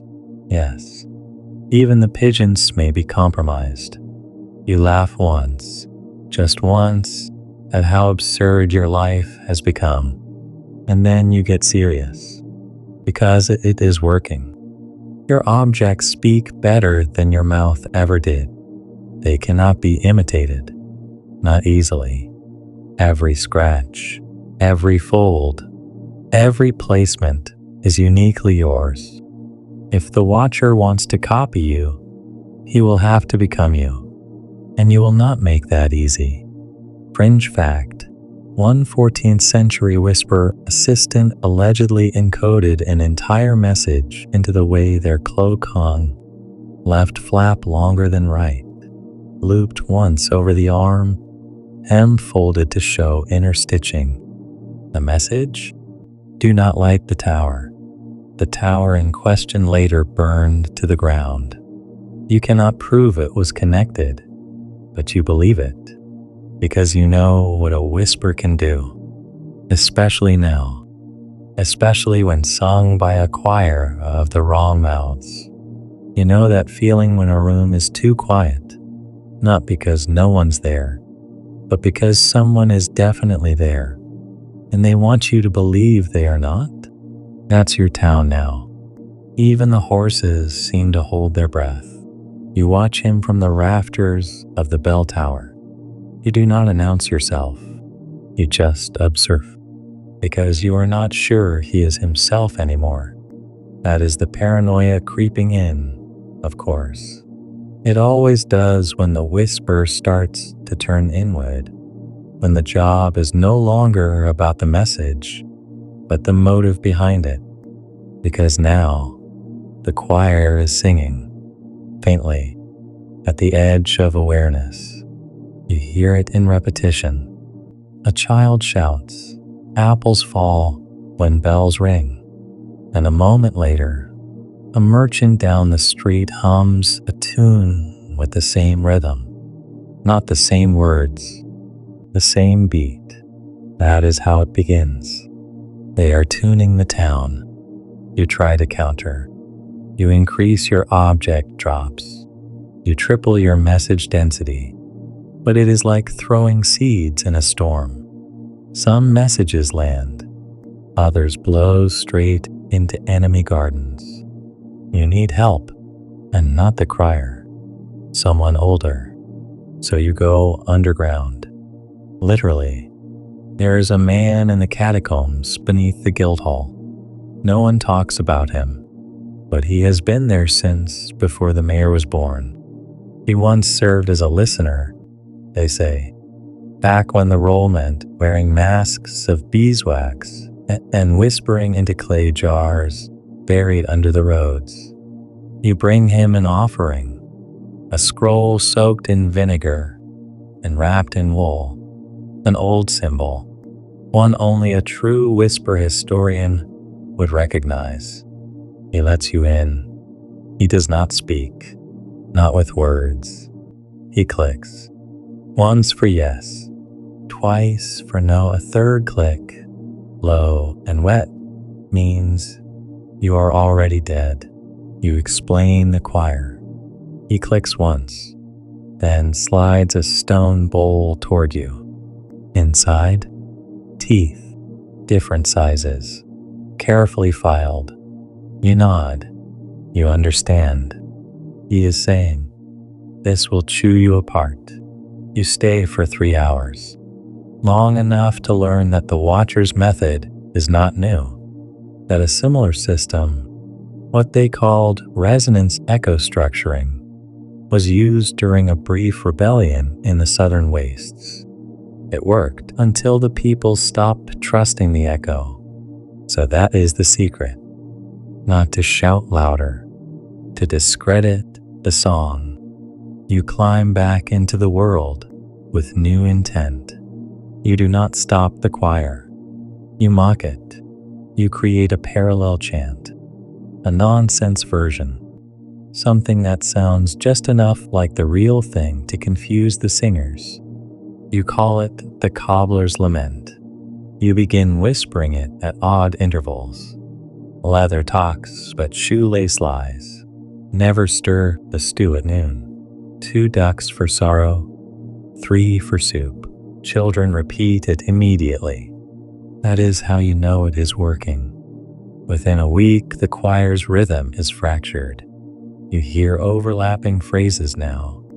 A stymied claps. A merchant slaps his son for humming the wrong pattern. Confusion is your friend. Historians describe these tactics as echo corruption, a messy but often successful method to undo weaponized rhythm. One assistant reportedly hired jugglers to perform confusing routines near key choir nodes, flooding the local memory with images that disrupted message retention. You do not need jugglers. You have street actors. You find them at dusk. 3 young fools who normally pantomime played cures for coins. You teach them the Cobbler's Lament. Give them new verses. Tell them nothing of the danger. They perform in the square the next morning, and the town laughs.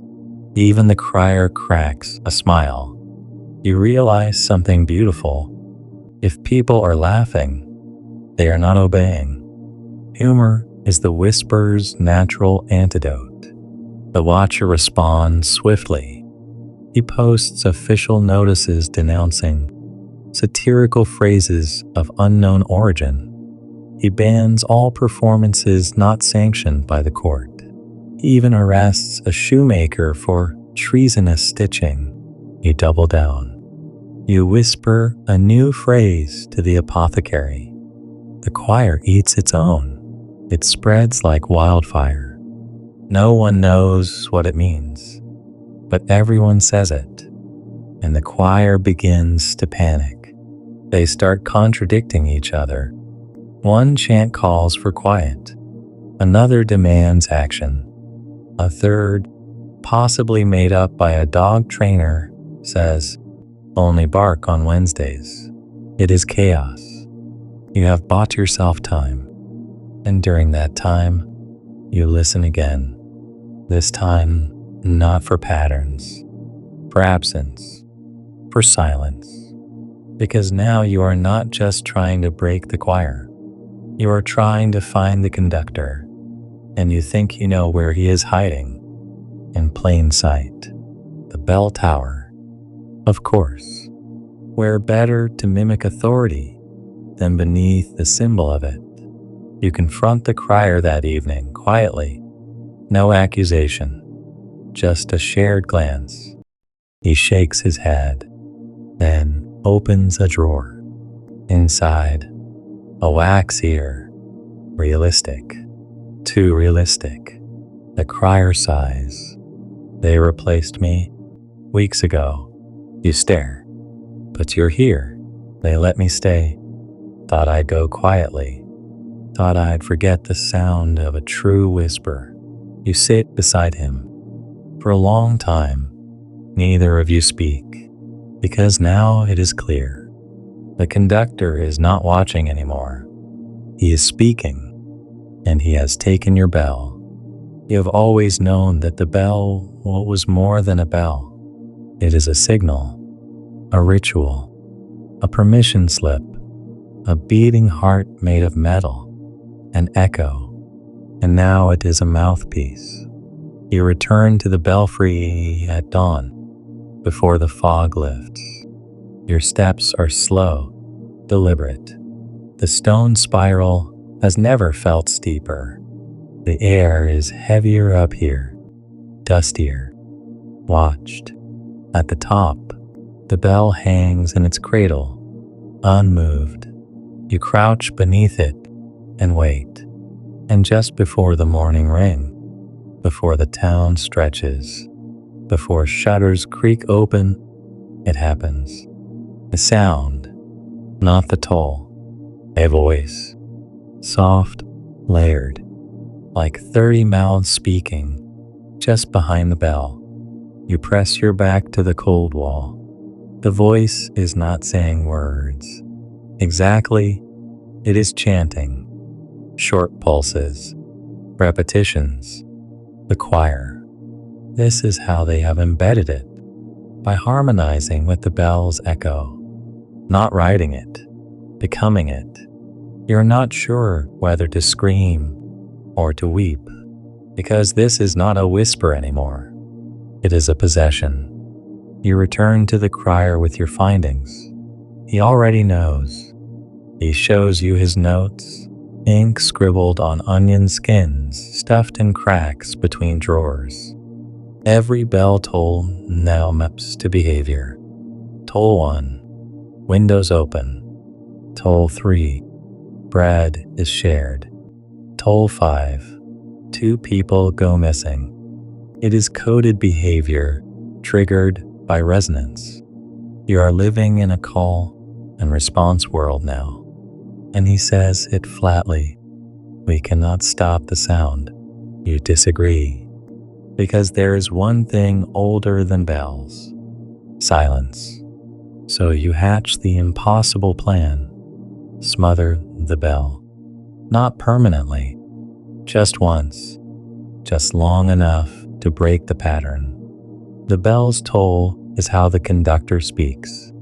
If you interrupt that, even briefly, you create noise. And noise is uncertainty. Uncertainty gives you breath. To do this, you need wax. Lots of it. You enlist the candle makers. Tell them it is for a sacred rite, one that must be performed in shadow. They nod, like people pretending to understand ancient wisdom. You do not correct them. Next, cloth. The weavers give it willingly, mostly because the phrase, "the choir eats its own," has just been banned, and they assume you are now working with the resistance. You are, but also not. You are working for the silence. Night falls. The plan begins. You and the crier climb the tower with your bundle, wax pads, and layers of wool, all soaked in vinegar and soot. It smells like burned regret. You begin packing the bell's mouth, not tight enough to mute entirely, but just enough to warp it. The idea is not to end the sound. It is to make it false.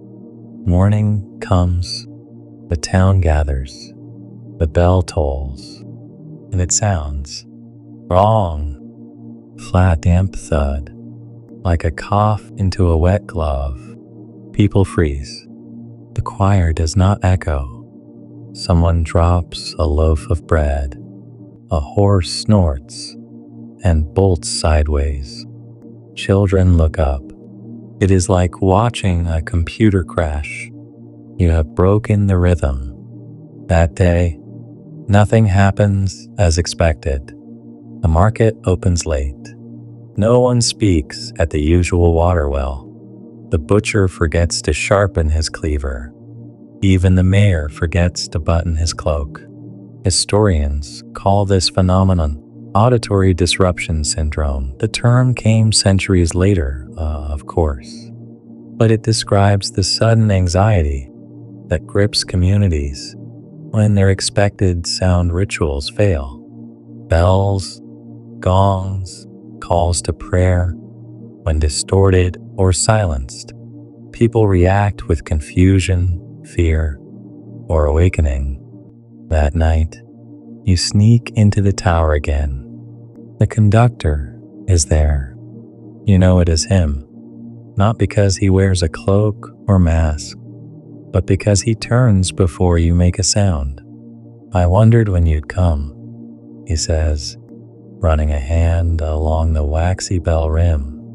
You do not move closer. You used to whisper. You say, "I still do." "No," you command. He smiles. It is not cruel, just hollow. "Whispers don't scale," he says. Commands do. You both stare at the bell. He steps aside, letting you approach it. You think muting it will save them? "No," you say, "but confusing it might." He nods. Chaos is louder than silence. Then he walks away. He does not stop you, and you realize this is the moment he loses. Not because you won, but because you did not play. You built a choir. You made a dissonance. Over the next few days, the town begins to hum again, but differently. People speak at odd times. Rhythms fall out of sync. The chant collapses under the weight of unpredictability. The cobbler's lament becomes an anthem. Even the dogs howl offbeat. You never hear the conductor again, but sometimes you find his symbols on fences, in chalk, beneath stones. He is still out there, waiting, maybe rebuilding. But for now, your town is yours again. A little crooked, a little confused, but free. You wake to the sound of nothing. No bells. No market carts creaking over cobblestones. No muttering bakers. Just the long, stretching stillness of a town that has finally exhaled after holding its breath for too many weeks. And yet, even in that stillness, your ears twitch, because silence is rarely ever empty. It is full of choices not made, words not said, the pause before a reply. You step into the street. People are walking slower. They meet each other's eyes again. One boy tosses a pebble that hits a wall with a ping, not part of a chant, not part of any code, just a sound for sound's sake. You smile. It worked. You broke the pattern, and with it, the choir. But victory in your world never tastes sweet, because with the chant gone, your echoes go with it. You test this theory at once. You drop an old phrase near the granary. The crows count backwards. You scuff it into the dirt with your heel. Then you wait. Nothing. No whisper back. No subtle sign, not even a reverse crow. It is as if your own network has evaporated, which makes sense. Without the noise, there is no need for your quiet corrections. Without the control, there is no counterbalance. You have outlived your own necessity. The crier feels it too. He starts announcing slower, lazier, like a man giving eulogies to ghosts who have long since wandered off. One morning, you find him sitting by the well, holding a dried gourd and whispering into it. "What are you doing?" you ask. He shrugs. "Practicing for retirement." The truth is, you both are, but the town is not done with you yet. Not fully. Because with quiet comes questions. Who was responsible? Why did the bell change? What happened to the baker who disappeared just after the choir fell? And most importantly, who was whispering all along? They do not point fingers, not directly, but they begin to glance more often, more pointedly. You feel it when you pass the butcher, when the tailor hands you a spool of thread without meeting your eye, when the mayor pauses just a beat too long before nodding in greeting. They know something, or at least they suspect. So you try to blend back in, resume deliveries, reknot your shoelaces unevenly like before, speak only when spoken to. But the town is too alert now. You have taught them to notice, and so they do. Every hesitation, every coded gesture you forgot to retire. You are not hunted, not chased, but you are seen. And for you, that is far worse, because being seen kills the whisper. Historians still debate what happens to whisper assistants after their systems collapse. Some say they became criers, others monks. A few entered theater, naturally, who better to deliver invisible truth than a man used to shadows. You are not ready to vanish yet, but you must evolve. So you begin building again, but differently. Not a network of ears, not a trail of objects, a feeling. You lean into uncertainty. You leave contradictory messages. The sun is late. You scrawl on the tax wall. Then the next day, the sun is early. You give the fishmonger a scroll meant for the blacksmith, then apologize 2 days later with a perfectly valid recipe for eel soup. People stop asking questions because they cannot tell which ones are real. And in that fog, you return, not as you were, as something new. You become a myth. Children dare each other to follow you for a day. Merchants swear your shadow arrives before your boots do. A new rumor says that you only speak in dreams now, that if you hear a voice whispering riddles before dawn, it means you have been chosen. You neither confirm nor deny any of it, because that is the beauty of a legend. You let others write it for you. One evening, while hiding behind the statue, you find the crier waiting there too. You both sit for a while, eating pickled radishes from a cloth bundle. He says nothing for a long time. Then, "I think we won." You do not answer, because victory was never the goal. The goal was freedom. Freedom from sound, from rhythm, from knowing what comes next. So when he asks what you will do now, you finally shrug. "Maybe I will whisper to the trees." He laughs, then gets quiet. After a while, he says, "Maybe they will whisper back." Winter arrives without fanfare.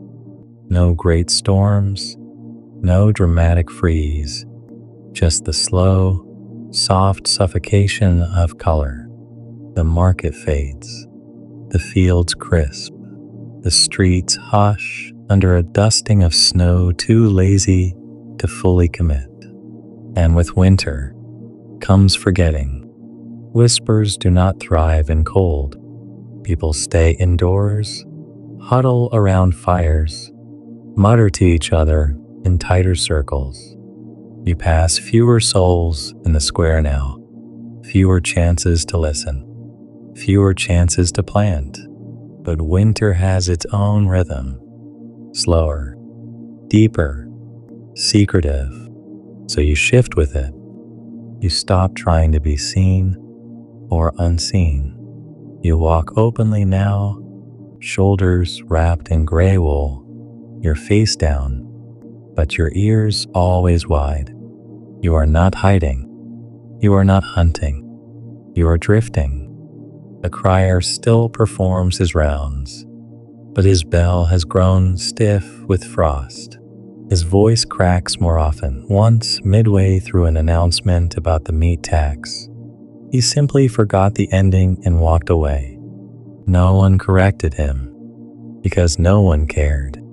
That is the danger of peace. One evening, you pass the statue and find a scroll tucked under its base. It is folded 5 times. You have not seen that in months. It is your code. You unfold it carefully. The parchment is thin and cold, as if it had waited there for you like a dying animal. The message reads, "They are singing again. Not here." That night, you do not sleep, because there is only one explanation. The choir has spread. You always feared this, that the watcher, whoever he is, wherever he is, was not local, that he was testing here, that your town was just a prototype. And now the chant has found new breath. So you sit with your thoughts. No scrolls, no maps, just memory. And slowly, you begin to remember what this started as. Not a war, not a game of signal and echo, but a job. A forgotten job. You were never supposed to stop the message. You were supposed to guide it, tame it. So maybe that is what you do again. Not as a fighter, as a gardener. You head to the old granary and retrieve your bundle, the last of your coded threads, the object signs, the chalk carvings, all the tools of your former trade, tucked into a hollow behind a false stone. It is like holding old bones, familiar, heavy. You spend a full day redrawing your old maps, marking every alley, corner, and square where whispers once lived. Then you pull out a new piece of parchment and begin charting outward. New towns, new roads, new places to guide the message before it turns monstrous. And you do not do it alone. The crier joins you. He is slower now, his knees complain. His words tangle sometimes, but his instincts are still razor sharp. He knows the sound of an honest rhythm and the feel of a forced one. Together, you identify the signs, echo patterns, phrase mimicry, synchronized trade habits, sudden silences in crowded spaces. The choir always leaves traces, and now you are the ones who will track it. Historians rarely write about whisperers in retirement, perhaps because none truly retire. They just become elsewhere. There are folk tales about gray walkers who appear in towns just before disasters, whispering warnings no one understands until it is too late. You wonder if you are becoming one. You do not mind. Better to be a shadow of warning than a statue of regret. Before you go, you leave one final gift to your town. You whisper into the frost. Yes, into it. You breathe 3 words against a window pane in the bakery you once feared had betrayed you. The message fades within minutes, but someone sees it. The next day, a girl draws it in chalk near the school, and again in soot by the mill, and again etched on the handle of a market cart. It becomes a local charm, a saying, a defense. It reads, "We heard first. That is all you wanted. Not credit, not control, just for them to remember that the danger did not arrive unnoticed. that someone whispered first, that you whispered first, and now your work begins again. You slip out of town before sunrise. No fanfare, no scroll, just the crunch of snow beneath your boots and the soft, invisible promise that whatever the choir becomes next, you will be there, listening, disrupting, whispering. The next town smells of copper and vinegar. A mining village, smaller than your own, rougher around the edges. Here, people do not say good morning. They grunt it. They measure outsiders in the angle of the shoulder, the weight of a glance. You pass through the main square without a nod, blending like you always do. But even in a place this blunt, the echo hides. You hear it within 2 hours. A barrel lid slams 3 times at precise intervals. A man sells onions by the sound they make when dropped into a basket.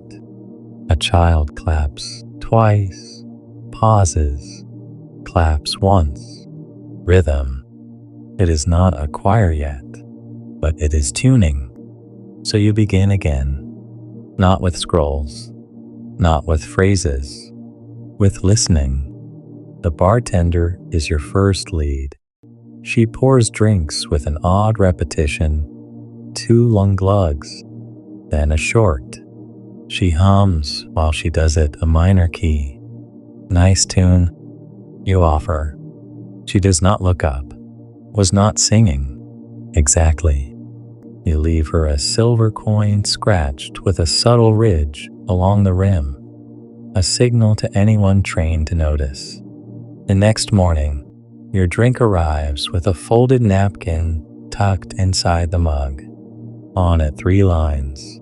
Voices meet in soot. Smoke rings twice at the mill. Ask the lamb, not the butcher. You smile. There is already a whisperer here, or someone who remembers one. You follow the trail. The mill is abandoned, but the soot rings are there. 2 circles, etched carefully on the inner wall. Inside the second one is a tuft of wool, burned at the tip. Ask the lamb, not the butcher. So you find the lamb, literally, a boy who herds the town's sheep. His eyes are too old for his face. You ask him if he sings. He says, only when the stars do. That is enough. You hand him a carved button, your old symbol, a test. He pockets it without blinking. The next day, 3 people in the square are wearing identical buttons. The network is alive, not yours, but familiar. You want to speak to them. You're kind, you're kin, but you know better. Whisperers do not meet in daylight. They observe, they dance around each other like shadows on a sundial. So you speak in objects. You leave a spoon bent backward on a fence post. A reply comes in the form of a feather tied to a string in the bakery window. You reply with a horseshoe turned sideways beside the chapel steps. You are not exchanging words. You are sounding each other out. Historians call this silent alignment, the process by which whisperers gauge one another's style, intent, and tone without speaking or meeting, like tuning forks resonating across distance, a form of mutual respect among the invisible. It takes 3 days before you receive a real message. It is carved into the edge of the water trough, disguised beneath algae. You are not the first, but you are late, chilling. You whisper your reply into a grain sack at the back of the general store. I do not need to be first, just right. The reply comes in salt. Someone spills a line of it across the door to the mine. An old ritual, a ward against sound, not against ghosts, against voice. And that is when it clicks. They are not afraid of the chant starting here. They are afraid it has already started. So you change your approach. You stop countering. You start recording. Every beat, every repetition, every mirrored phrase. You chart it across the town's map, building a pattern of echoes. You find the center, the smithy. No one suspects the smith. Too loud, too busy, but perfect for hiding rhythm. You wait 3 hours behind the furnace, watching. He hammers not by instinct, but by memory. 4 strikes, pause. 2 strikes, pause. 4 again.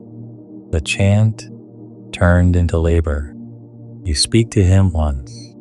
Nice rhythm. He looks up. Rhythm keeps the fire honest. And there it is. He knows.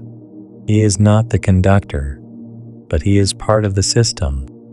So you leave him a message, one he cannot ignore. You move his anvil 3 inches left. No words, no signs, just an object in the wrong place. It unbalances everything. His rhythm falters. The chant stutters. The next day, the butcher forgets to open shop. The echo is broken. You do this again and again. Small nudges, misalignments, fractures in the harmony. Within a week, the chant dissolves, and with it, you're welcome. The townsfolk begin to stare, whisper about the newcomer who walks like a shadow and smells like tallow and winter dust. You leave before they stop whispering to you and start whispering about you, but not before visiting the lamb herding boy. You hand him a new button, this one engraved with a rising spiral. You will know when to use it. He nods. You are not sure he understands, but you are also not sure it matters. He will grow up into the rhythm. You have given him a choice, and maybe that is all your job ever was. Not to silence the song, not even to sing it, but to remind people they do not have to listen. You travel by frostlight now. The roads are quieter in winter. Boots leave longer echoes. Trees stand like sentinels, their bare limbs scratching invisible messages into the wind. There are no inns this deep in the hills, just the occasional stone shelter left for wandering pilgrims or people like you. People who listen. You find your next village by accident. A cluster of homes pressed against the thigh of a frozen ridge. No name on the entry post. No toll collector. No guards. Just a wooden sign with 3 symbols carved into it. A bell, a feather, and a crooked line. You freeze. That is an invitation. It means we hear. Gently. Someone is already here. A whisperer, or a whole net of them.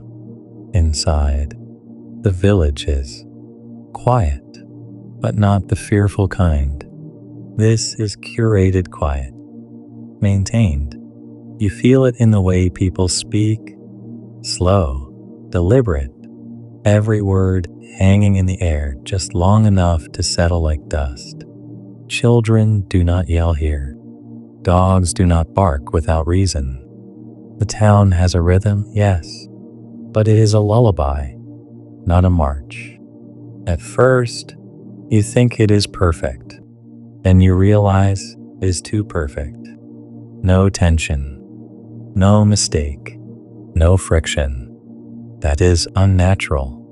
Whispers require tension. Without it, truth ossifies. Messages become rules.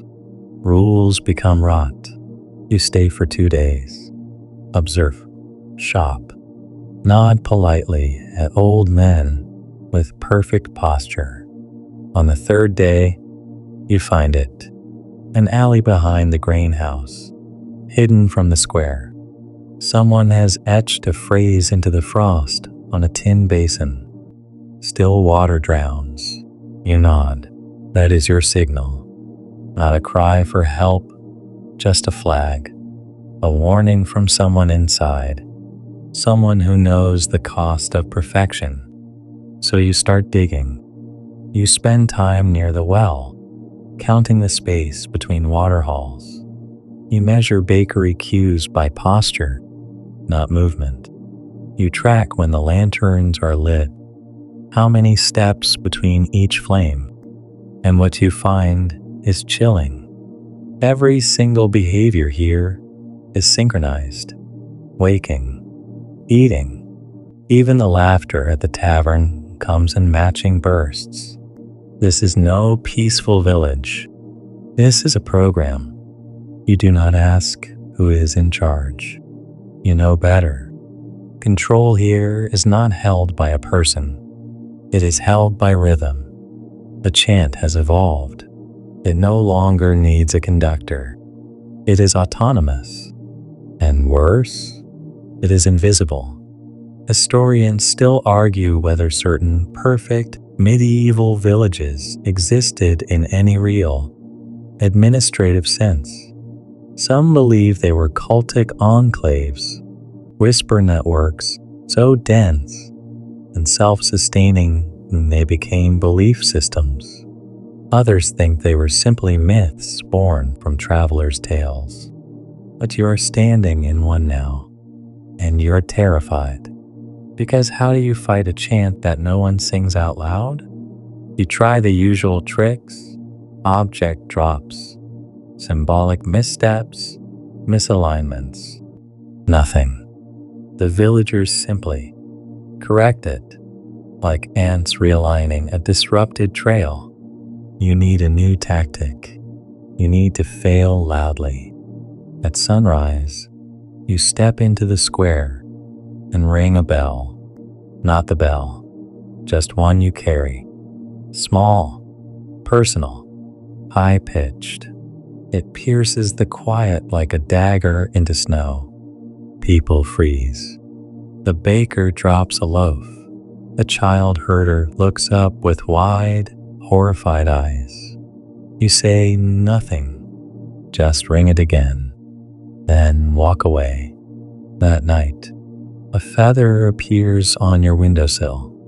3 colors, folded into a spiral. It means, do not do that again. You ring it twice the next morning. No one confronts you, but things shift. You are no longer watched passively. Now you are studied, which is exactly what you want, because now someone will slip, and they do. A girl, perhaps 10 years old, comes to you at dusk with a bundle of twigs. She does not speak, just places them beside you and leaves. You inspect them. 17 total. 3 broken, 2 curved. This is a coded number. You check the old system. It translates to, it is beneath. You do not sleep that night. Instead, you follow the girl's trail back to the base of the chapel. You search for a cellar. You find a trapdoor beneath the choir stall. Inside, books. Not many, just a dozen or so. Hand-bound, leather covers. No titles. You open one, and your stomach twists. Each page contains not prose, not scripture, but scripts. Scripts for daily life. Exact movements. Approved phrases. Authorized gestures. Written scripts for the town's behavior. And they are ancient, older than parchment. These were recopied, re-inked, updated. They are doctrine. You are looking at the bones of the chant, not weaponized by fear, but sanctified by repetition. You take one, leave the rest, and walk out into the night. The girl is waiting. You hand her the book. Burn this, you whisper. She stares at it, then at you, then nods. She does not ask why. You do not stay for the fire, but you smell the ash the next morning, and that is enough. That town will survive. Maybe stumble, maybe fracture, but it will be human again. You move on, lighter than before, because you have now seen the worst case scenario, and you lived through it. You rang the bell, and something answered, but you answered louder. The road cuts through fog like a whisper through wool. By now, the map is just a courtesy. You know where you are going, not because it is marked, but because it pulls. Some places hum like string when you get close. This one thrums like a warning. The valley ahead once hosted a fortress, or so people claim. No stones remain, no tower, no record, just stories of a keep that ruled the air and vanished without battle. What remains is the memory of rhythm. You can feel it in the dirt. This is where the choir died the first time. Maybe because the strange thing about whispers is that they echo even after death. You follow a trail of oddly placed cairns, small stacks of stone, spaced at precise intervals, not for direction, for timing, like steps in a ritual. Every seventh cairn is broken. You match your gait to the pattern without thinking, and just like that, you are part of it. You stop walking because you are not ready to join. At the edge of the hollow, you find a traveler's shrine. Nothing fancy, just a carved plank, half rotted, with a symbol scorched into it, a circle cleaved clean down the middle. You sit and wait, because this is not your story anymore. It is theirs. You hear it before you see it, a faint hum. No voice, no lyric, just the vibration of pressure on bone. The same sensation you felt the first time you realized the bell had changed. You grip the earth and realize it is vibrating. The whole valley is singing, not audibly, not above ground. Beneath, the choir is not dead. It was buried, and someone, maybe even you, has woken it. You should run. You do not. Instead, you find the rhythm again, but this time, you do not disrupt it. You match it. One tap, two fingers, one tap again. The vibration shifts. You change your pattern, pause, tap, breath, tap, and the frequency around you adapts. It is not just a chant. It is a conversation, a code older than spoken word, and it is still learning. This is not like the other towns. There is no crier to confront, no children to rescue, no symbols etched in bakery soot. There is only you, and a force that wants to understand. So you give it something to chew on. You speak the cobbler's lament aloud. Leather talks, but shoelace lies. 2 ducks for sorrow, 3 for soup, then silence. Then a pulse in the earth. Laughter, not sound, vibration, but you feel it. The choir has learned irony. That is, horrifying and also hopeful. Because if it can laugh, it can forget. You begin feeding it nonsense, conflicting rhythms, unstable harmonies. You whistle a market tune in 5/4 time, then recite a plague prayer backward. You tell it about your boots, your sore knee, your failed romance with a candle maker's niece, and the valley hums with gentle confusion. You spend the night there, not quiet. Still, you leave a single object at the shrine, a bent coin and a feather tied with twine. No message, no riddle, just a token of conversation. You know it is not over. You return to the road, just direction. The forest is listening now. You are older now, not in years, though those have certainly crept in, but in the weight you carry, the stillness in your bones, the way you notice the world less as a story to follow and more as a pattern to interrupt or preserve. You no longer walk with urgency. You walk with purpose and sound. No rhythm, just sound, because no one is in control. You weep just a little, imbalance, and it is beautiful. You stay a while, longer than usual, and yet here you are, your refuge. You even hear a rumor that your old crier has become a silent monk. One day, as you mend a wagon wheel, a girl walks up, flat, cold, scratched. The signal is clear. A new node, a fresh beat. She waits for your reaction, but you are calm, because now, you stand, brush off your knees, and hand her a feather wrapped in thread. She smiles and vanishes into the trees. You have become a source, but in their margins, they will mention a shadow, a second voice behind the crier, the one who whispered just before the bell tolled. You walk down to the river. You whisper one final line, "Let the noise come," and the river replies, gently, just a ripple, but you hear it. You always will. Now, rest.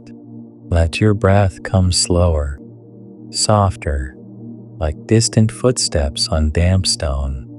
You did well tonight. Let that silliness be your shield. You are not a follower of the chant. You are the breath between the notes, the pause that gives the music shape. Sleep now, listener. The whispers are safe tonight. The crier has gone home. The bell is still, and the world, strange and humming and full of secrets, will wait for you till morning. Good night.